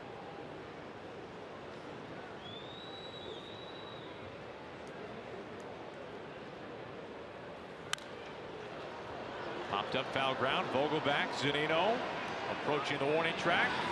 Vogelback makes a two-hand squeeze for round number 1. Well, again, we've encouraged you to ask some questions using the hashtag AskRoot.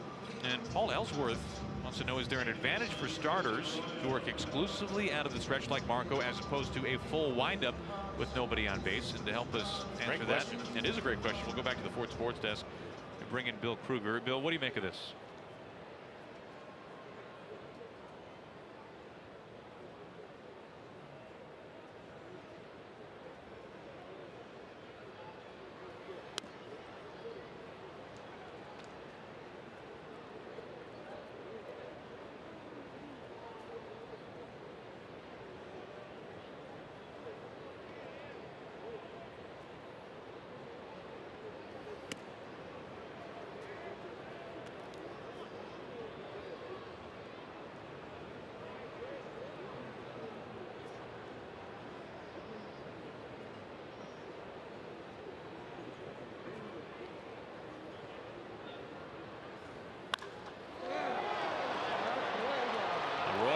Shoots this deep out to left and gone.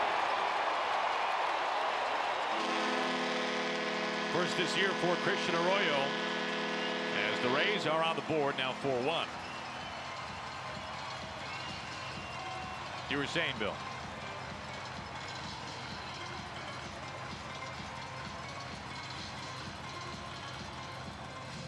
Mike, make any difference from a hitter's point of view? I don't think so. I think, you know, for Marco, as long as he's able to repeat what he's doing, then I think for him, somebody whose fastball is going to be 90-92, and we mentioned his changeup, curveball, cutter, and he can locate those pitches, is going to be the big advantage for him if he has any at all. And I think for him, that's one of the adjustments that he's made. And look, we can't argue what's gone on through May and now here in June with the way that he has pitched. Here's Malik Smith. Soft looper. Got by Segura in stride for out number 2. Something that you'll hear Mel talk about a lot is being able to repeat your delivery. And I think this is something that Marco has figured out, probably with the help of Mel, some suggestions. And again, it's really worked for him. A good answer there from Bill Kruger. We'll hear more from Bill coming up on Mariners postgame, presented by Alaska Airlines.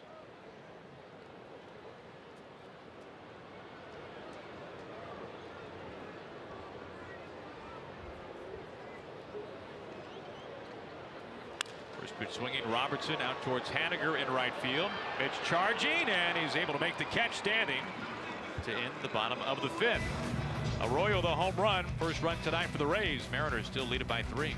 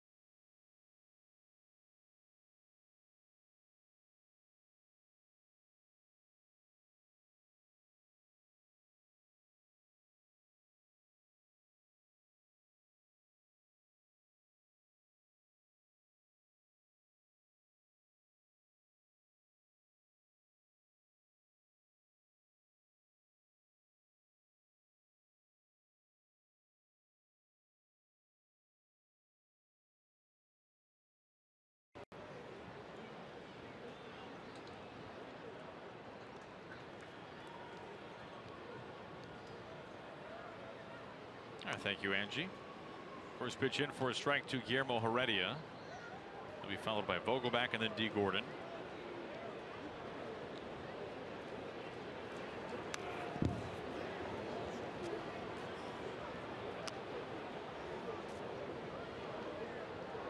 And Marco, despite that home run, a very quick bottom of the fifth, 8 pitches to get 3 outs. The other thing too with Marco, and we showed it a number of times, but the cutter on the outside corner to get the strikeout of Duffy when the bases were loaded to get out of it. He had not thrown that pitch to a right-hander yet, and Mike calls for it, and he's able to locate it to get the strikeout. So it's really important for the pitcher and catcher to be working together, and I thought that was an excellent call on Mike's part. Start the fastball off the plate, have it run right back on the corner. Well executed across the board because he had not thrown that pitch yet. Not away from a righty. Make your voice heard. Nominate your favorite plays of the week by tweeting us using the hashtag RootFanFave. Watch the Mariners pregame show every Sunday to find out your fan favorite plays of the week. Plus, each month, one lucky fan will win a Coors Light Yeti cooler just for participating. For official rules, visit rootsports.com.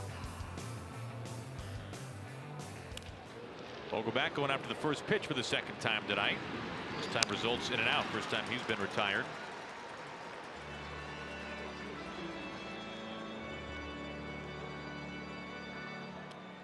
Two up, 2 down. Now, D. Gordon was the star of the clubhouse earlier today, Mike, and it has nothing to do with D's wonderful personality. His uncle, who apparently lives nearby, brought the guys an enormous platter of home smoked ribs. And everyone from Ben Gamble to Mike Zunino to Scott Service and Kyle Seager were licking their fingers inside the clubhouse today because now that is my kind of a pregame spread. How many ribs did you walk out with? Just smuggled in my bag. No, guys, no. What are you talking about? Well, I mean, that's great. I'm sure they appreciated it. Some home cooking? Yeah.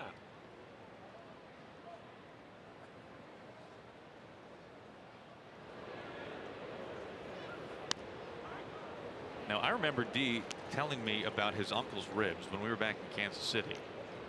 And That's right, you did mention that. Yeah, and they are the best ribs D says he's ever had, which you can understand why he would say that. Soft flick into left. Johnny Field, medium depth. And Vidal Nuno with an efficient top of the 6th. We go to the home half. Mariners lead it 4-1.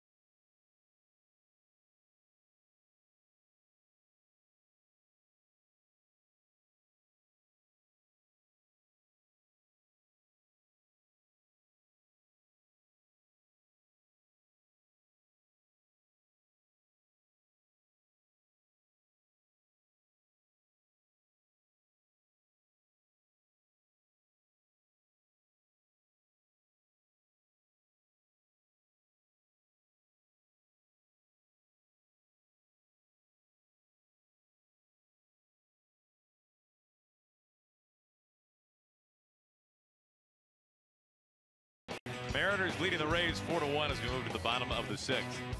Enhance your next game day experience at Safeco Field with the MLB Ballpark app. Access and manage your tickets, enjoy check-in offers, exclusive Mariners content, and much more. You can download the MLB Ballpark app tonight.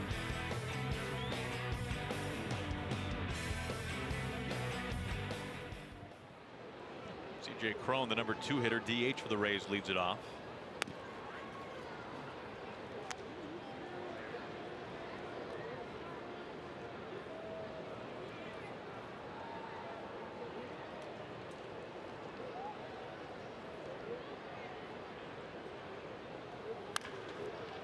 Right out to Seager. 2 pitches and 1 out. Now, Mike, I think you would back me up on this, that Marco Gonzalez is in the running for nicest guy in the clubhouse. Yes, I would agree with He's that. in that mix.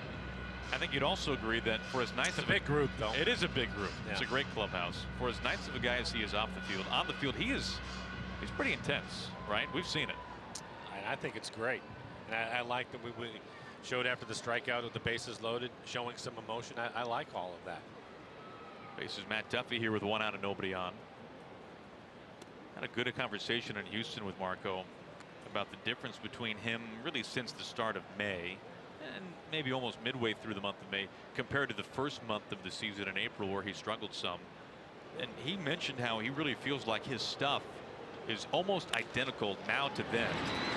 This comebacker finds center field with 1 out. Duffy aboard for the first time. But for Marco, he says it is all mental for him. And there are a number of things that he talked about, one of which his relationship with James Paxton and how much James has talked to him about the idea of really having full conviction and full intensity and intent with every pitch.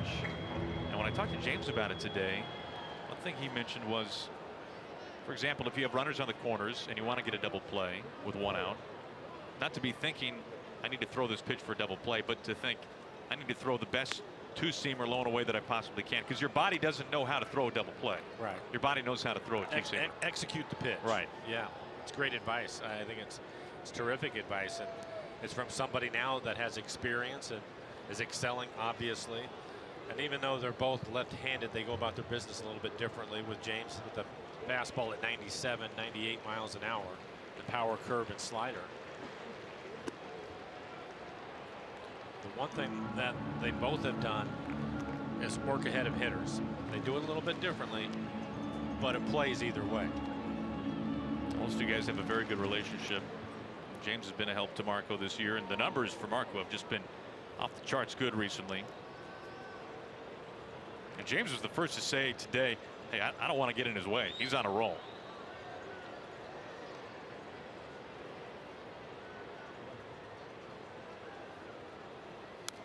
But it's interesting. Players know. Yeah, for sure. Yeah. It's interesting hearing Marco talk about the differences between him and college at Gonzaga, where he was the guy. Right. He was the guy on his team. He was the guy in his conference. Versus Marco when he got into the minors, and there was this mindset that he talked about. Doesn't exactly know where it came from, where he kind of suddenly became the lefty who throws changeups, who's just trying to make a team. Right. It's a big difference in mindset. And now he's back to that guy that was in Spokane. Probably the biggest difference is that the caliber of players now that he's up against all of a sudden are hitting his fastball, and you have to make changes to survive, and he's always had a great changeup. But you even look at this year, and you mentioned a few of his struggles all the way back in April, and Scott Service, Mel having the conversation with him to throw his curveball more, back off of his cut fastball a little bit, locate the fastball at 90, 92. And he went out against Houston, a very good club, and went through the lineup twice. And Scott took him out of the ball game at 79 pitches, and it's just everything has just kind of built up from that point. But you have to get started somewhere, and it's something that Scott had done, and he'd gone out a couple of different starts. And I remember asking Scott, I said, "Is this something you're going to stay with, or what's going to happen?" He goes, "No, we're going to start to let him go now," and we're seeing the results of that. Working with 1 out and Duffy at first base. 2-2 to Ramos. Well, the other part about it too is there's no question that Marco will put the work in, but you have to be coachable, and he certainly is that. And you can see it. You can see it in the numbers with the way that he uses his curveball and changeup, and how he has backed off of the cutter and locating it in off the plate to the righties to open things up. Well, he is now with a mentality where he's not just trying to stick around. He is, as he said, he is here and he is helping this team get to the postseason.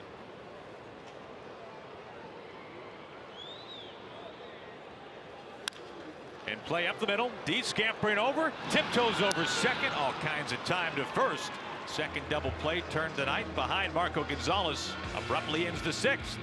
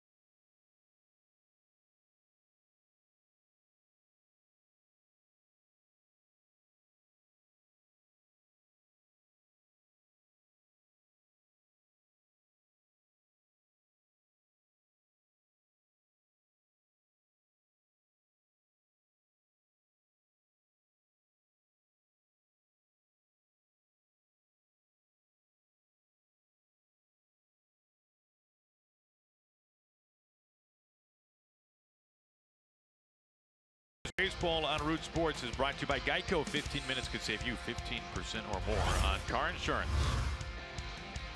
The sun has set in St. Pete, top of the seventh, 4-1. Mariners leading the Rays.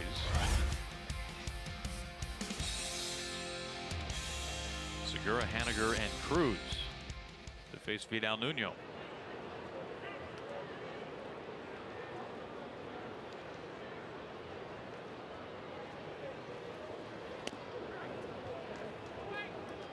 I got to know Vidal pretty well over the course of his 2 seasons with the Mariners, 2015 and 16. Breaks his bat, a one-hopper. Goes over to Bowers, flips, Nuno still covering, and they get the out. Fortunately, nobody was hurt. For Bowers, just his second game in the big leagues, and the ball is spinning sideways on him, ends up jamming, and you see the ball take off, and right off the heel of his glove, Nuno doing what he's supposed to do, but right there, they could have been tangled up, and he is too important. Fortunately, nobody was hurt.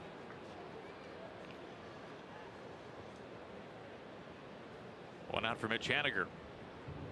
An RBI single his last time up.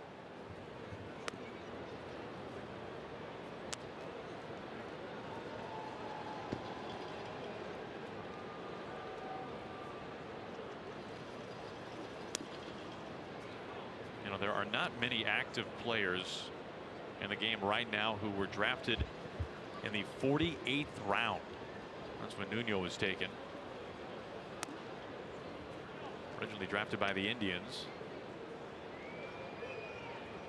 It's a round that no longer exists.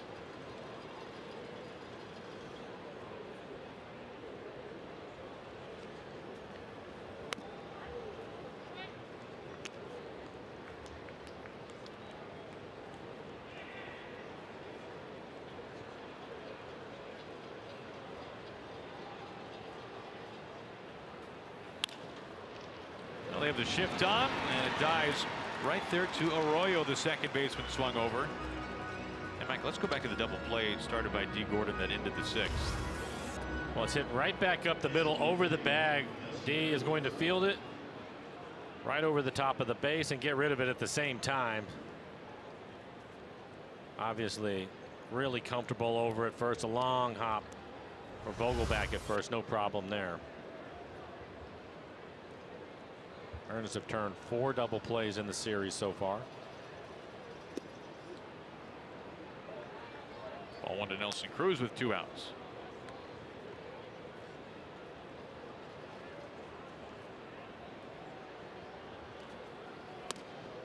A Big rip and a miss.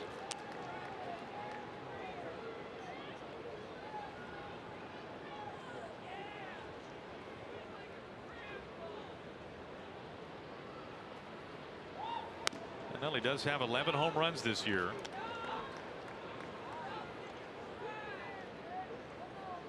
Behind here 1-2.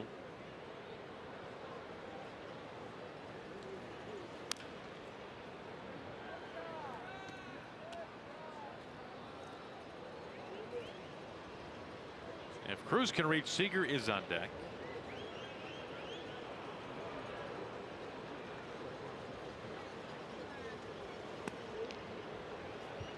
Moves his feet around.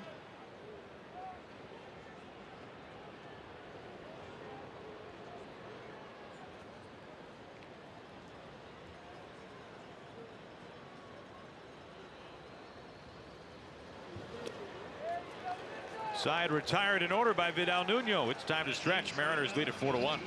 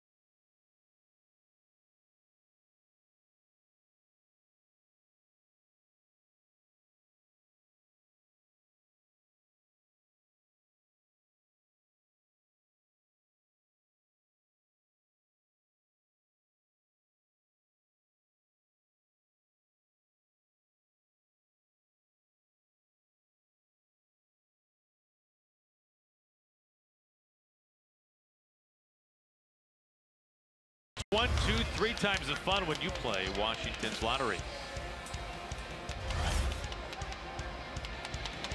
Mariners are leading 4-1 at the bottom of the 7th. Mariners winning last night in game 1. Post-game spread being worked on as we speak. Ryan Healy has taken over. We were told by Scott Service that this could very well happen. Taken over late for defensive purposes. Vogelback's night is done. Here is Carlos Gomez. And Daniel ended up 1 for 2, was on base a couple of times, also had a walk, drove in a run. 0-1. Nice first return performance by Daniel Vogelback today. Yeah, it was. Especially in his home state.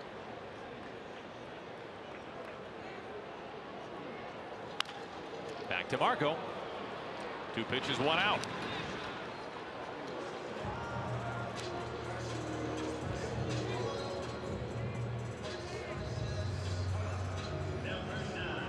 I think I learned what is my favorite new thing about Marco Gonzalez. Okay. When we were talking about his intensity. Yes. I learned Marco's pregame routine in terms of what he watches on his iPad from inside the clubhouse. Kobe Bryant highlights and interviews with Kobe, just simply talking about competing. Marco said, hey, when I go out there, I'm not mad at anybody, right? Because we see some competitors who really do look like they're just angry, right? And they are. That's not Marco. He just loves being up on the mound and competing, and well, one of his favorite guys is Kobe Bryant. Seems like a good fit. He's ahead here 0-2. I think that just watching him, you can see the intensity in his face and the way that he goes about his business, and I think it's great. Right back to him again. Same result. 2 up, 2 down. Well, fans, our annual Ultimate Fan Contest has officially returned. Root Sports will be looking for the Ultimate Fan of the state of Montana throughout the month of June. Send us a photo and story on our website at rootsports.com/ultimate-fan, and you could win a VIP trip for 2 to Seattle in September, a personalized jersey, and more. Official rules can be found on rootsports.com. A lot of Mariner fans in the ballpark. Here's Johnny Field. Marco now 83 pitches, 60 strikes. A lot of strikes, a lot of quality strikes from Marco.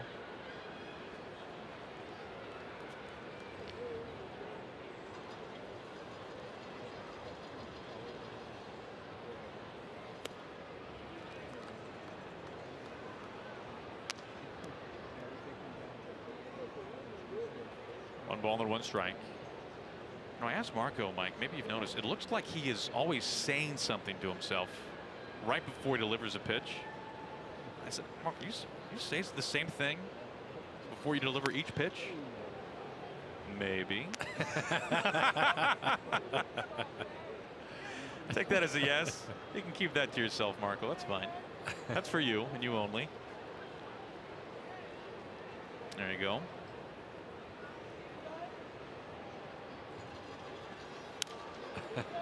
I like his answer too. To be honest, I really wasn't expecting him to divulge anything, but I was curious what he would say. How he answered it perfectly. I think once he gave you Kobe Bryant, yeah. the rest, that was it. That's all you were. I've already won. That you're done. No more. It's funny that you mentioned though, because it was probably maybe 3 outings ago. I saw him doing it quite a bit, and I thought sometimes what will happen is the hitter will step out of the batter's box, adjust his batting gloves, and do all those things. And I thought he was saying something to Mike where he wanted the next pitch to be. Another clean inning for him. Maybe. Retires his side in order now for the 5th time in 7 frames.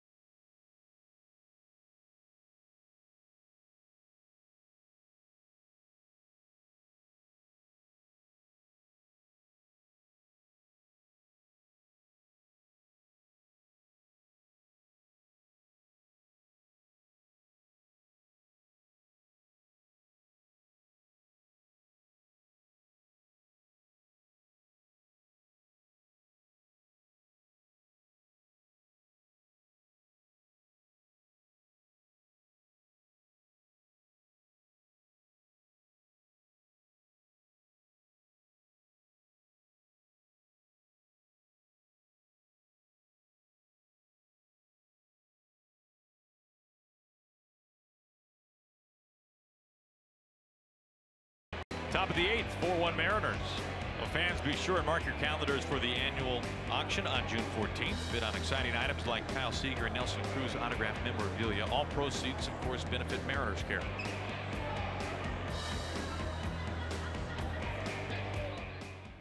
And here is Kyle Seager. He leads off the Mariners 8th. Zunino and Gamble to follow. First pitch slugged into right field for a base hit. Right over the shift. Seager's second hit tonight.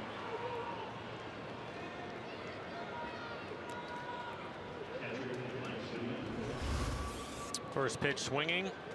Trying to get the breaking ball to the outside corner, but it ends up in the middle of the plate. Royal, the second baseman, drives it over his head. Solid line drive.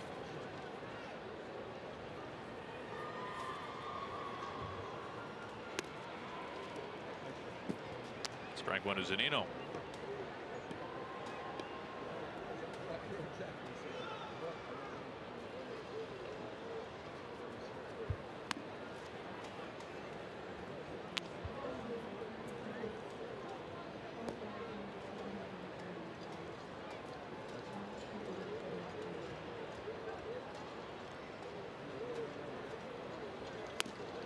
Makes a healthy hack, 1-2.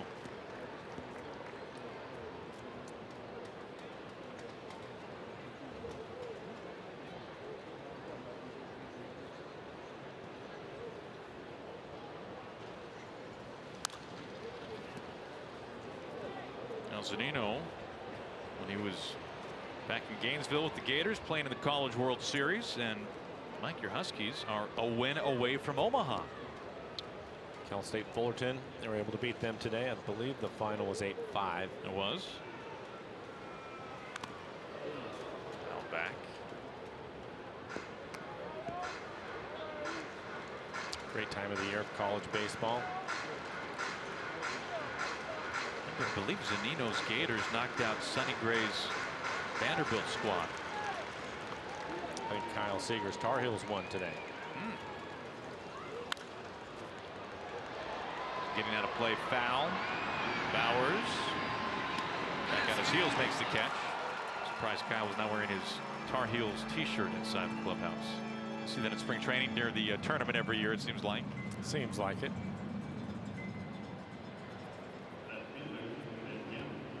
One out, one on.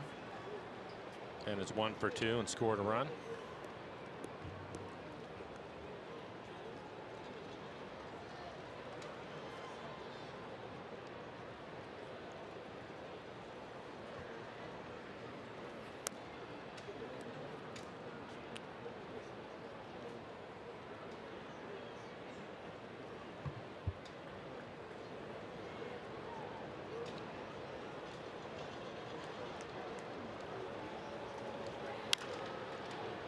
Grounded foul. 1 ball to 1 strike to Gamble. And Wilson's Gophers having a hard time tonight. 8-1. Oregon State ended up beating them in Corvallis.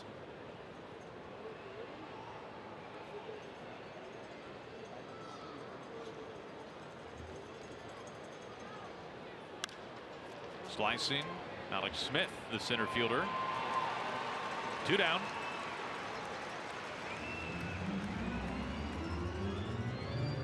Now tonight, game 2. Mariners winning last night. Game 3 and 4 just around the corner. Some late afternoon baseball from the Trop tomorrow. We'll be on the air at 12:30. The King going up against Blake Snell. Of course, this is a rematch of last Sunday at Safeco Field. Both were terrific. Felix 1 run over 8. Snell striking out everybody. Meanwhile, on Sunday, the series will conclude with a lot of velocity. James Paxton versus Nathan Eovaldi. To right field off the bat of Heredia. Carlos Gomez in front of the track to end the inning. Seager is stranded. We move on to the bottom of the 8th.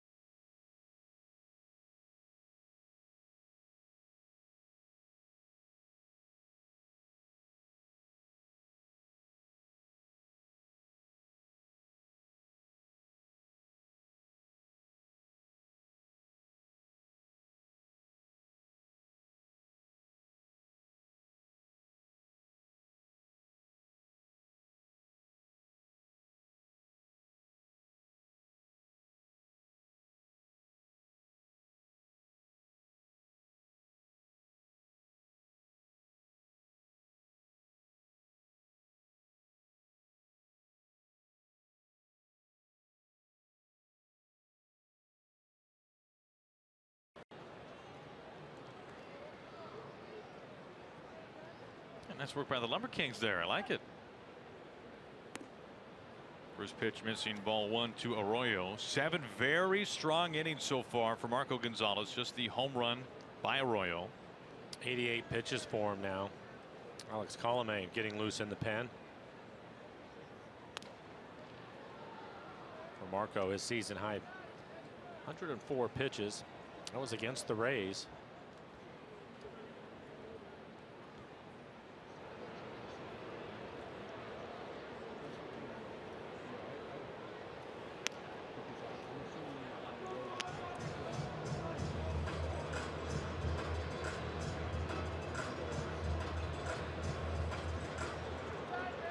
He has faced the minimum in 5 of the first 7 innings in this one tonight. And he gets away. Just 4 hits for the Rays. The 1 run, a solo home run back in the 5th inning. This is only the second 3-ball count tonight for Marco. Still has good fastball, 91 miles an hour on the outside corner. As far as his stuff goes, still pretty good velocity. Colomé getting loose. We saw him last night.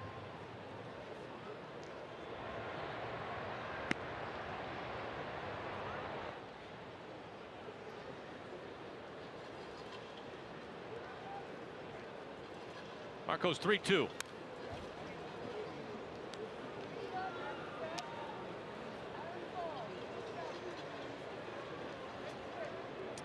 Talking about him being aggressive. Well, he challenged him. 92 miles an hour right in the middle of the plate.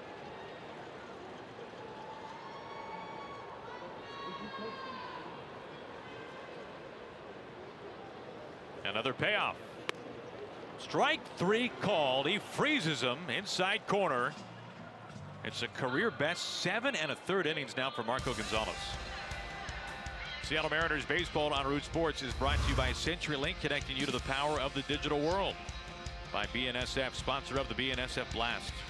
By Jack in the Box, try the new $4.99 Jack Spicy Chicken Club Combo with toasted sourdough, new from Jack in the Box.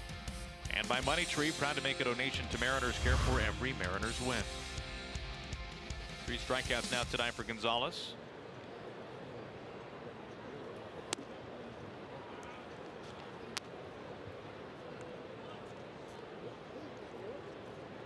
Marco set his career high in innings pitched earlier this year near the end of May when he went 7 against the A's. Now 7 1/3 tonight.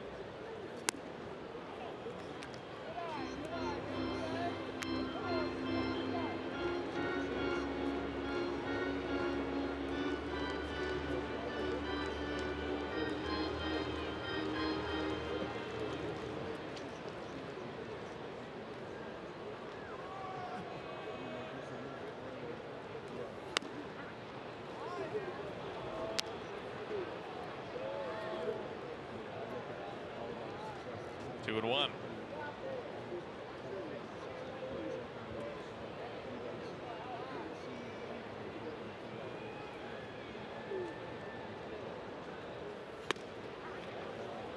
Fights it back to even it up.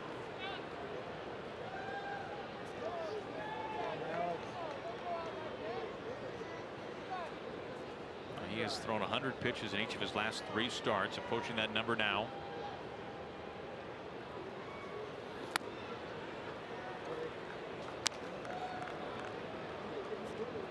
Back-to-back full counts. The only other 3-ball counts tonight for Marco ended up resulting in strikeouts. What did we see last night from Mike Leake? Was it 1? It was 1. 3-ball count. It turned out to be his only walk. Snapping 140 batters faced without a walk. I take it back. He ended up having a second 3-ball count, the double to Ramos in the 9th inning. Okay. But through 8, he had 1.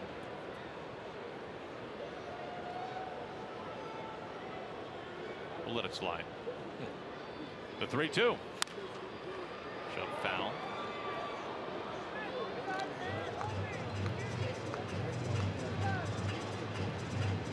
Marco now at 100. 101 pitches, so he's able to retire Smith. I think he'll leave him in, give him a chance to get through 8. If he loses them, that'll probably be it. Colomé ready to go in the pen.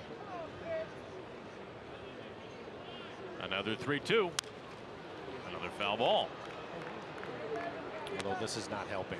Right. I was going to say this will be the 9th pitch of this at bat. This is the last thing you want as a pitcher when your pitch count is running dry.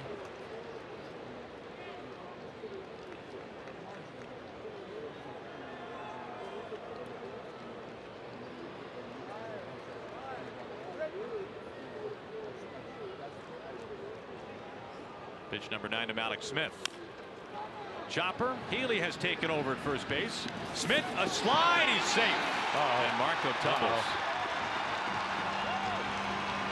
Was tripped up by Smith, and then I think his helmet after that. Looks like Marco says he's all right. That was scary. A close play at first. Marco a little bit late getting off the mound. And then he gets tripped up. Right there on the side of the base. Helmet comes off. It looks like he's going to be okay. And then he tries to keep from stepping on it, kind of kicks it, and that's when he falls down.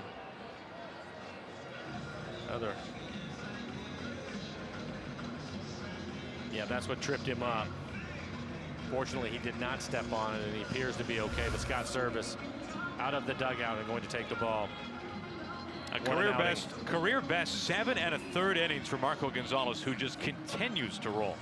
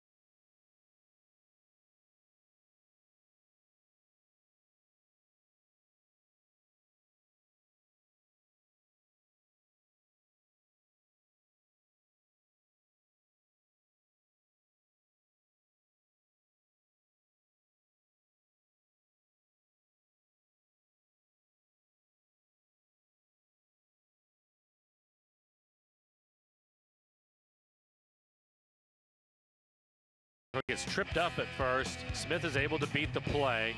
Close play, but he beats it. And then the helmet, he'll kick the helmet, trying not to step on it.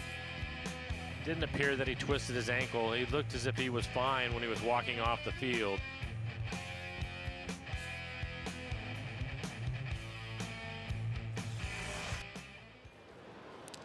Checking in on Mallex Smith right away.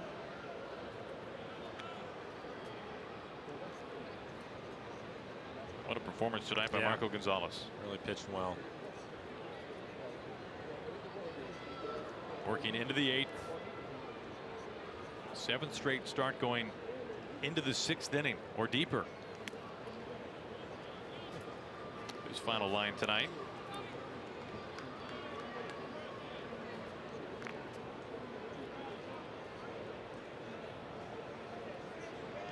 Of course, Leake going 8+ last night.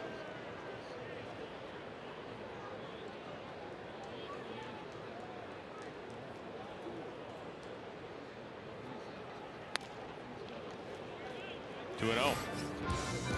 For Marco, 7 1/3, 5 hits, 1 run. It was earned solo home run. He is responsible for Smith, who's at first base. Had been walking buddy night, 3 strikeouts, 103 pitches, 72 strikes. Colomé average fastball 95 miles an hour and a slider.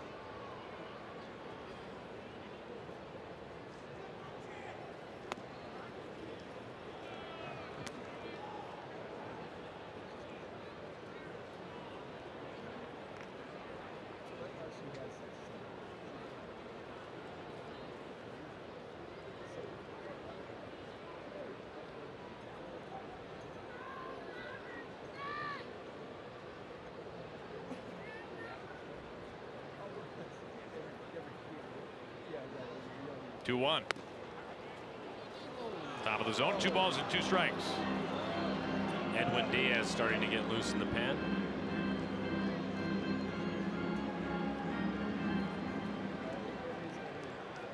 And we were talking about this incredible run of pitching for the Mariners, and especially in the rotation. Now the last 22 games, starters a 2.19 earned run average.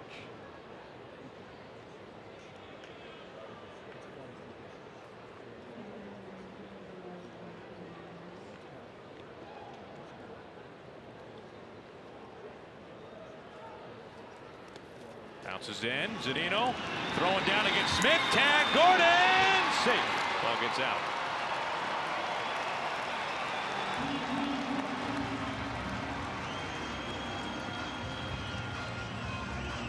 One out runner in scoring position. Looks like the pitch is in the dirt. Mike able to, nope, not able to pick it. Had to go out in front of home plate to pick it up. A strong throw, but he goes back into the runner, and D not able to hold on to it.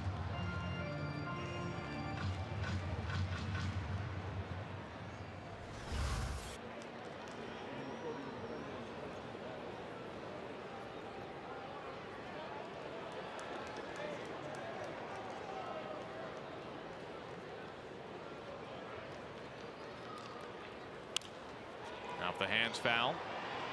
Give you an idea how good Marco was tonight. This is only the second at bat for the Rays to hit with a runner in scoring position. How about that? Yeah.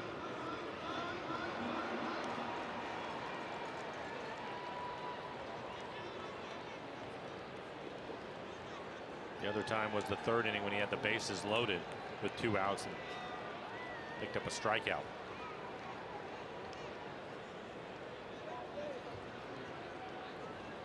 Colomé's 3-2. Soft fly ball. Haniger. Routine play in right. 2 outs. On our Beacon Plumbing call to the pen. Alex Colomé, 28 appearances, 12 saves on the year, ERA just over 4, 28 strikeouts, 8 walks, opponents hitting .255 against him.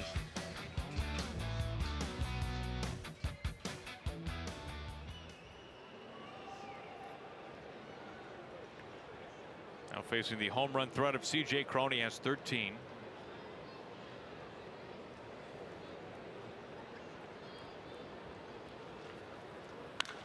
First pitch, a muscle drive out to left field. This is all kinds of trouble and gone.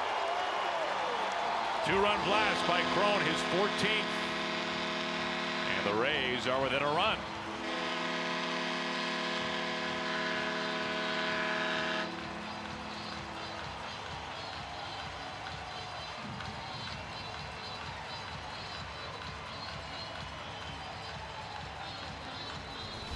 And it's on a fastball, set up away, ends up on the inner half of the plate.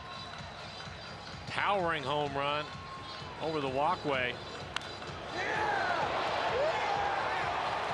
And with that home run, Scott Service out of the dugout quickly. Going to go to Edwin Diaz.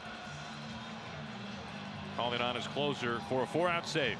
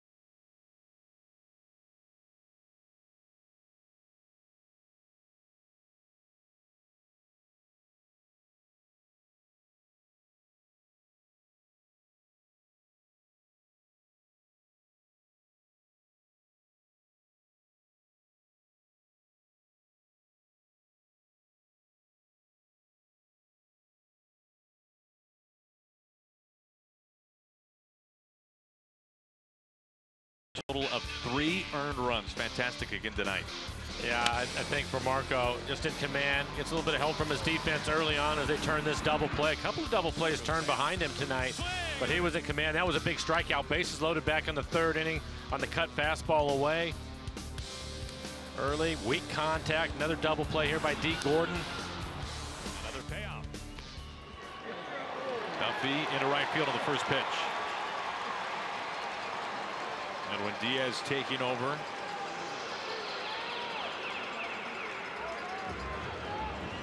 tying run aboard, go ahead, come to the plate. Edwin Diaz, fastball mid to upper 90s, a slider.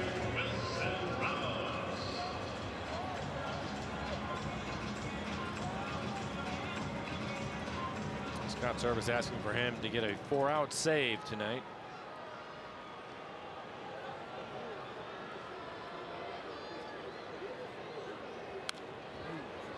Now back, strike 1.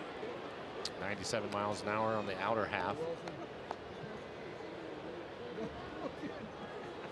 For Diaz, 21 saves on the year, 2.84 ERA, 52 strikeouts, and 31 2/3. Opponents hitting just 140 against him.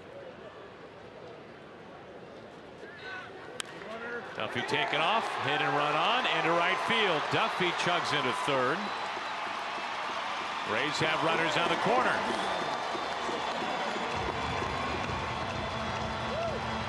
Back-to-back singles. Well, Duffy on the move. D. Gordon goes to cover second base, so the right side of the infield wide open. Hit and run, and Mel Stottlemyre out of the dugout quickly.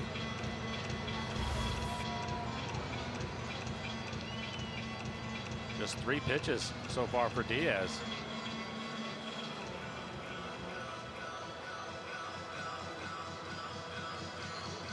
Looks like we will have a pinch runner at first base. Of course, the Mariners 19 wins in run-1 games. Nobody has more. And the Rays at the very bottom with 15 one-run losses.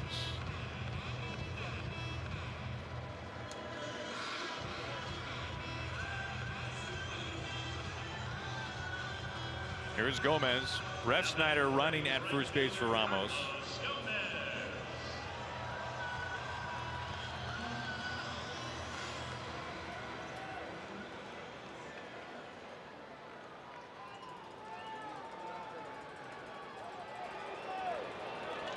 Tying run at 3rd. Go ahead at first.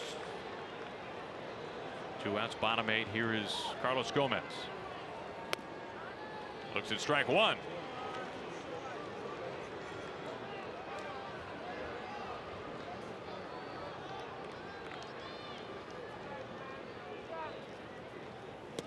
Showing bunt. Pretty good play by Mike. 98 miles an hour in the other batter's box. He's able to backhand it.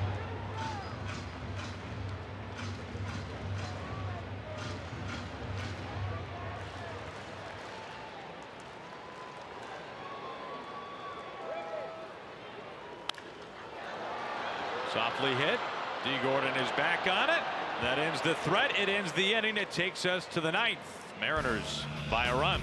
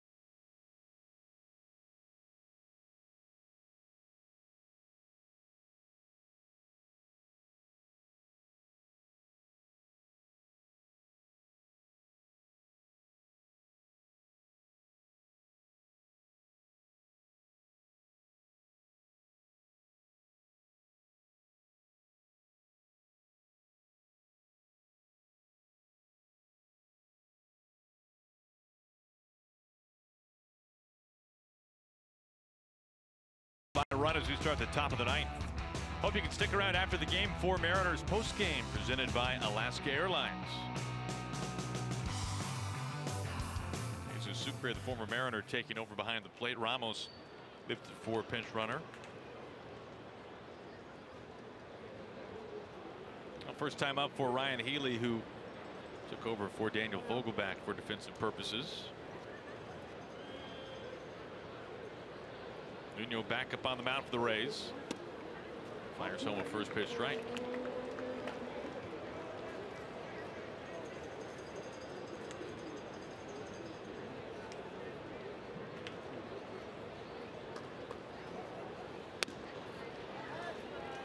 The Mariners have the right bats in particular due up here in the ninth inning to try to get some insurance going. Gordon, Segura, Haniger to follow.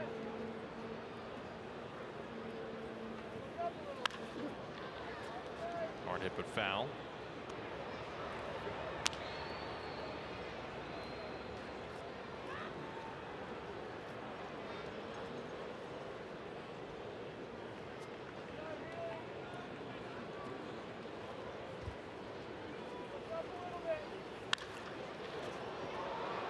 Playable to center. Mallex Smith is there. The former Mariner. One out.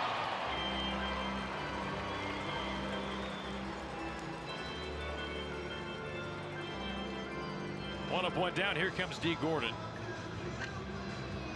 He looking for his first hit tonight. The former Mariner, Vidal Nuno, has really pitched well tonight. Let's face it, Mike. When we see the Rays, we can assume they're all former Mariners. That's a good point. And some of them, some future Mariners, probably. Good point.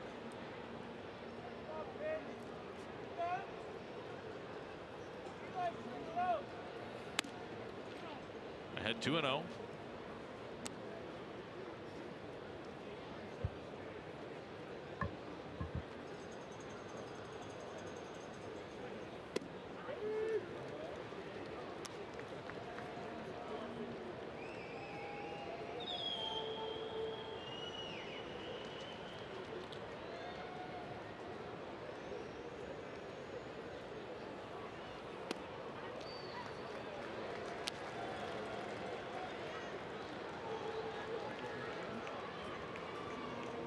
Two balls and two strikes to D.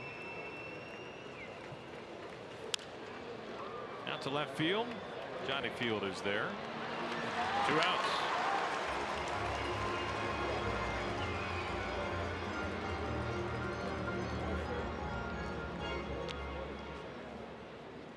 Mariners and the Rays will play game 3 tomorrow. Late afternoon baseball here from St. Pete on the air back home at 12:30, and then on Sunday 9:30 a.m. we hit the air. Felix and Paxton, Snell and Evaldi. Ball one to Segura.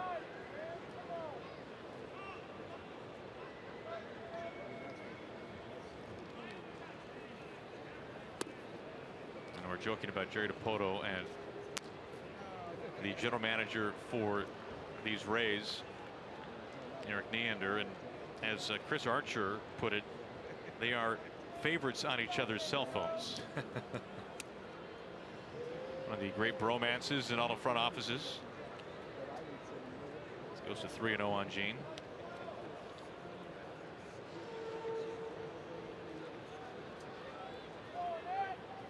Yeah, they've made a few deals, haven't they? You know, it's been talked about for good reason, because it is really pretty incredible the number of deals that those two have made together. And it comes down to, as it's been written, that both GMs really kind of value players in a similar light. They look for the same things in many ways. Each team will have their nuances and intricacies, but in terms of the broad landscape between the two clubs, some similarities there that make doing transactions with one another very seamless. 4-pitch walk to Segura. There he goes. Down to second, tag applied. Gene's out. Guess wrong. We go to the bottom of the ninth. Diaz on to close it out.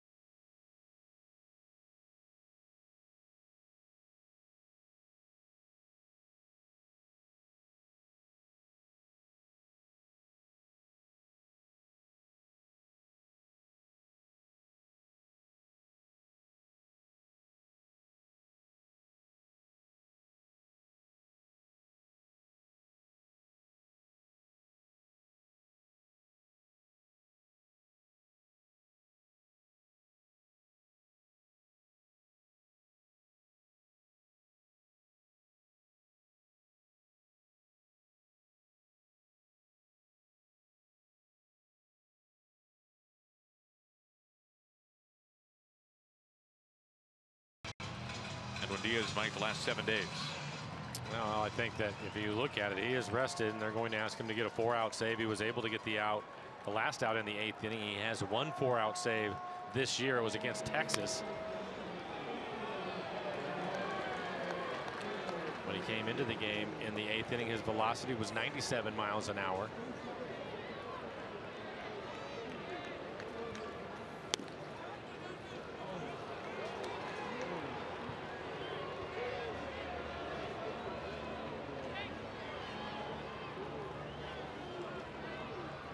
One to Bowers. Old foul. Bowers making his major league debut last night. 0 for 3 tonight.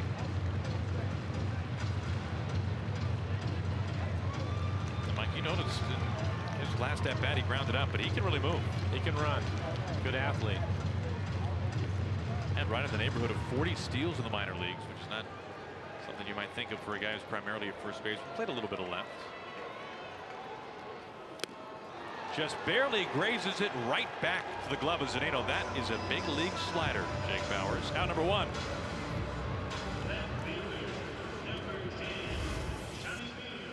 And there you go, right on the outside corner.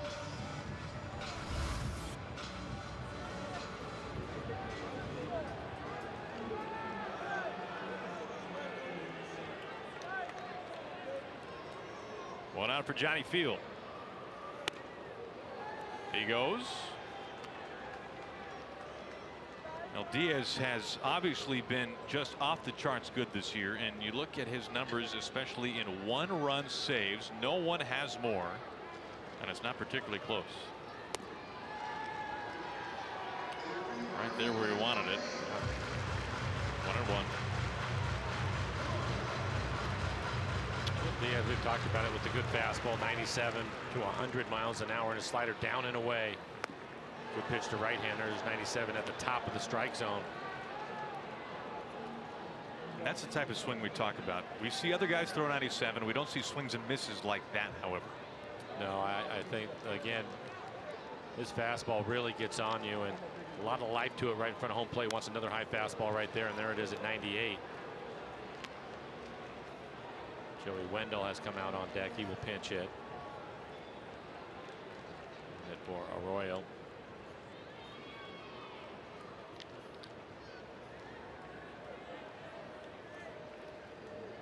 The 1-2. There's the slider again, right where he wants to throw it.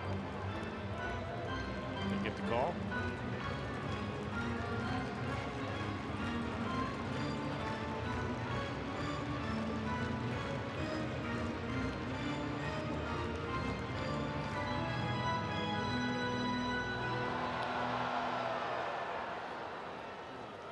He got him this time. Stayed with the slider. Almost the same location, and a weak wave at it. A couple of strikeouts for Diaz.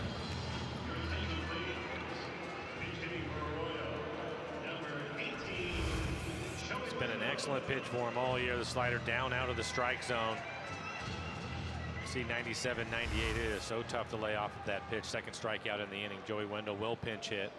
Nobody left on the bench for the Rays.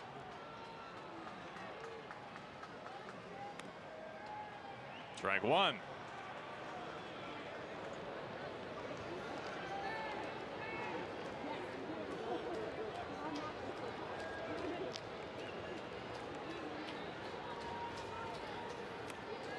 And I got him.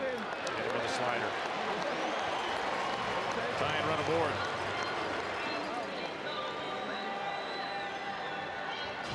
Fourth hit batter this year for Diaz. Slider at 90 miles an hour. Looks like he hit him in the foot. Right on the back foot.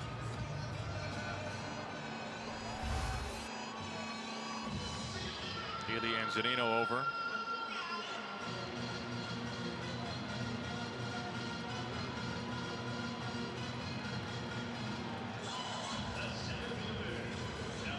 The outfielders are playing deep.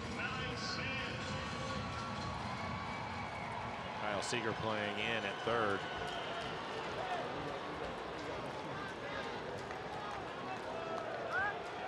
Wendell was taking a lead.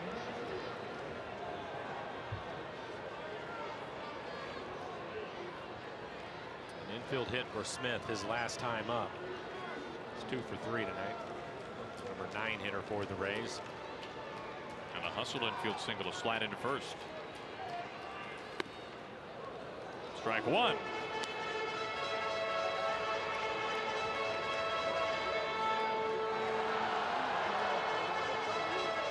Diaz it out away from a 4-out save.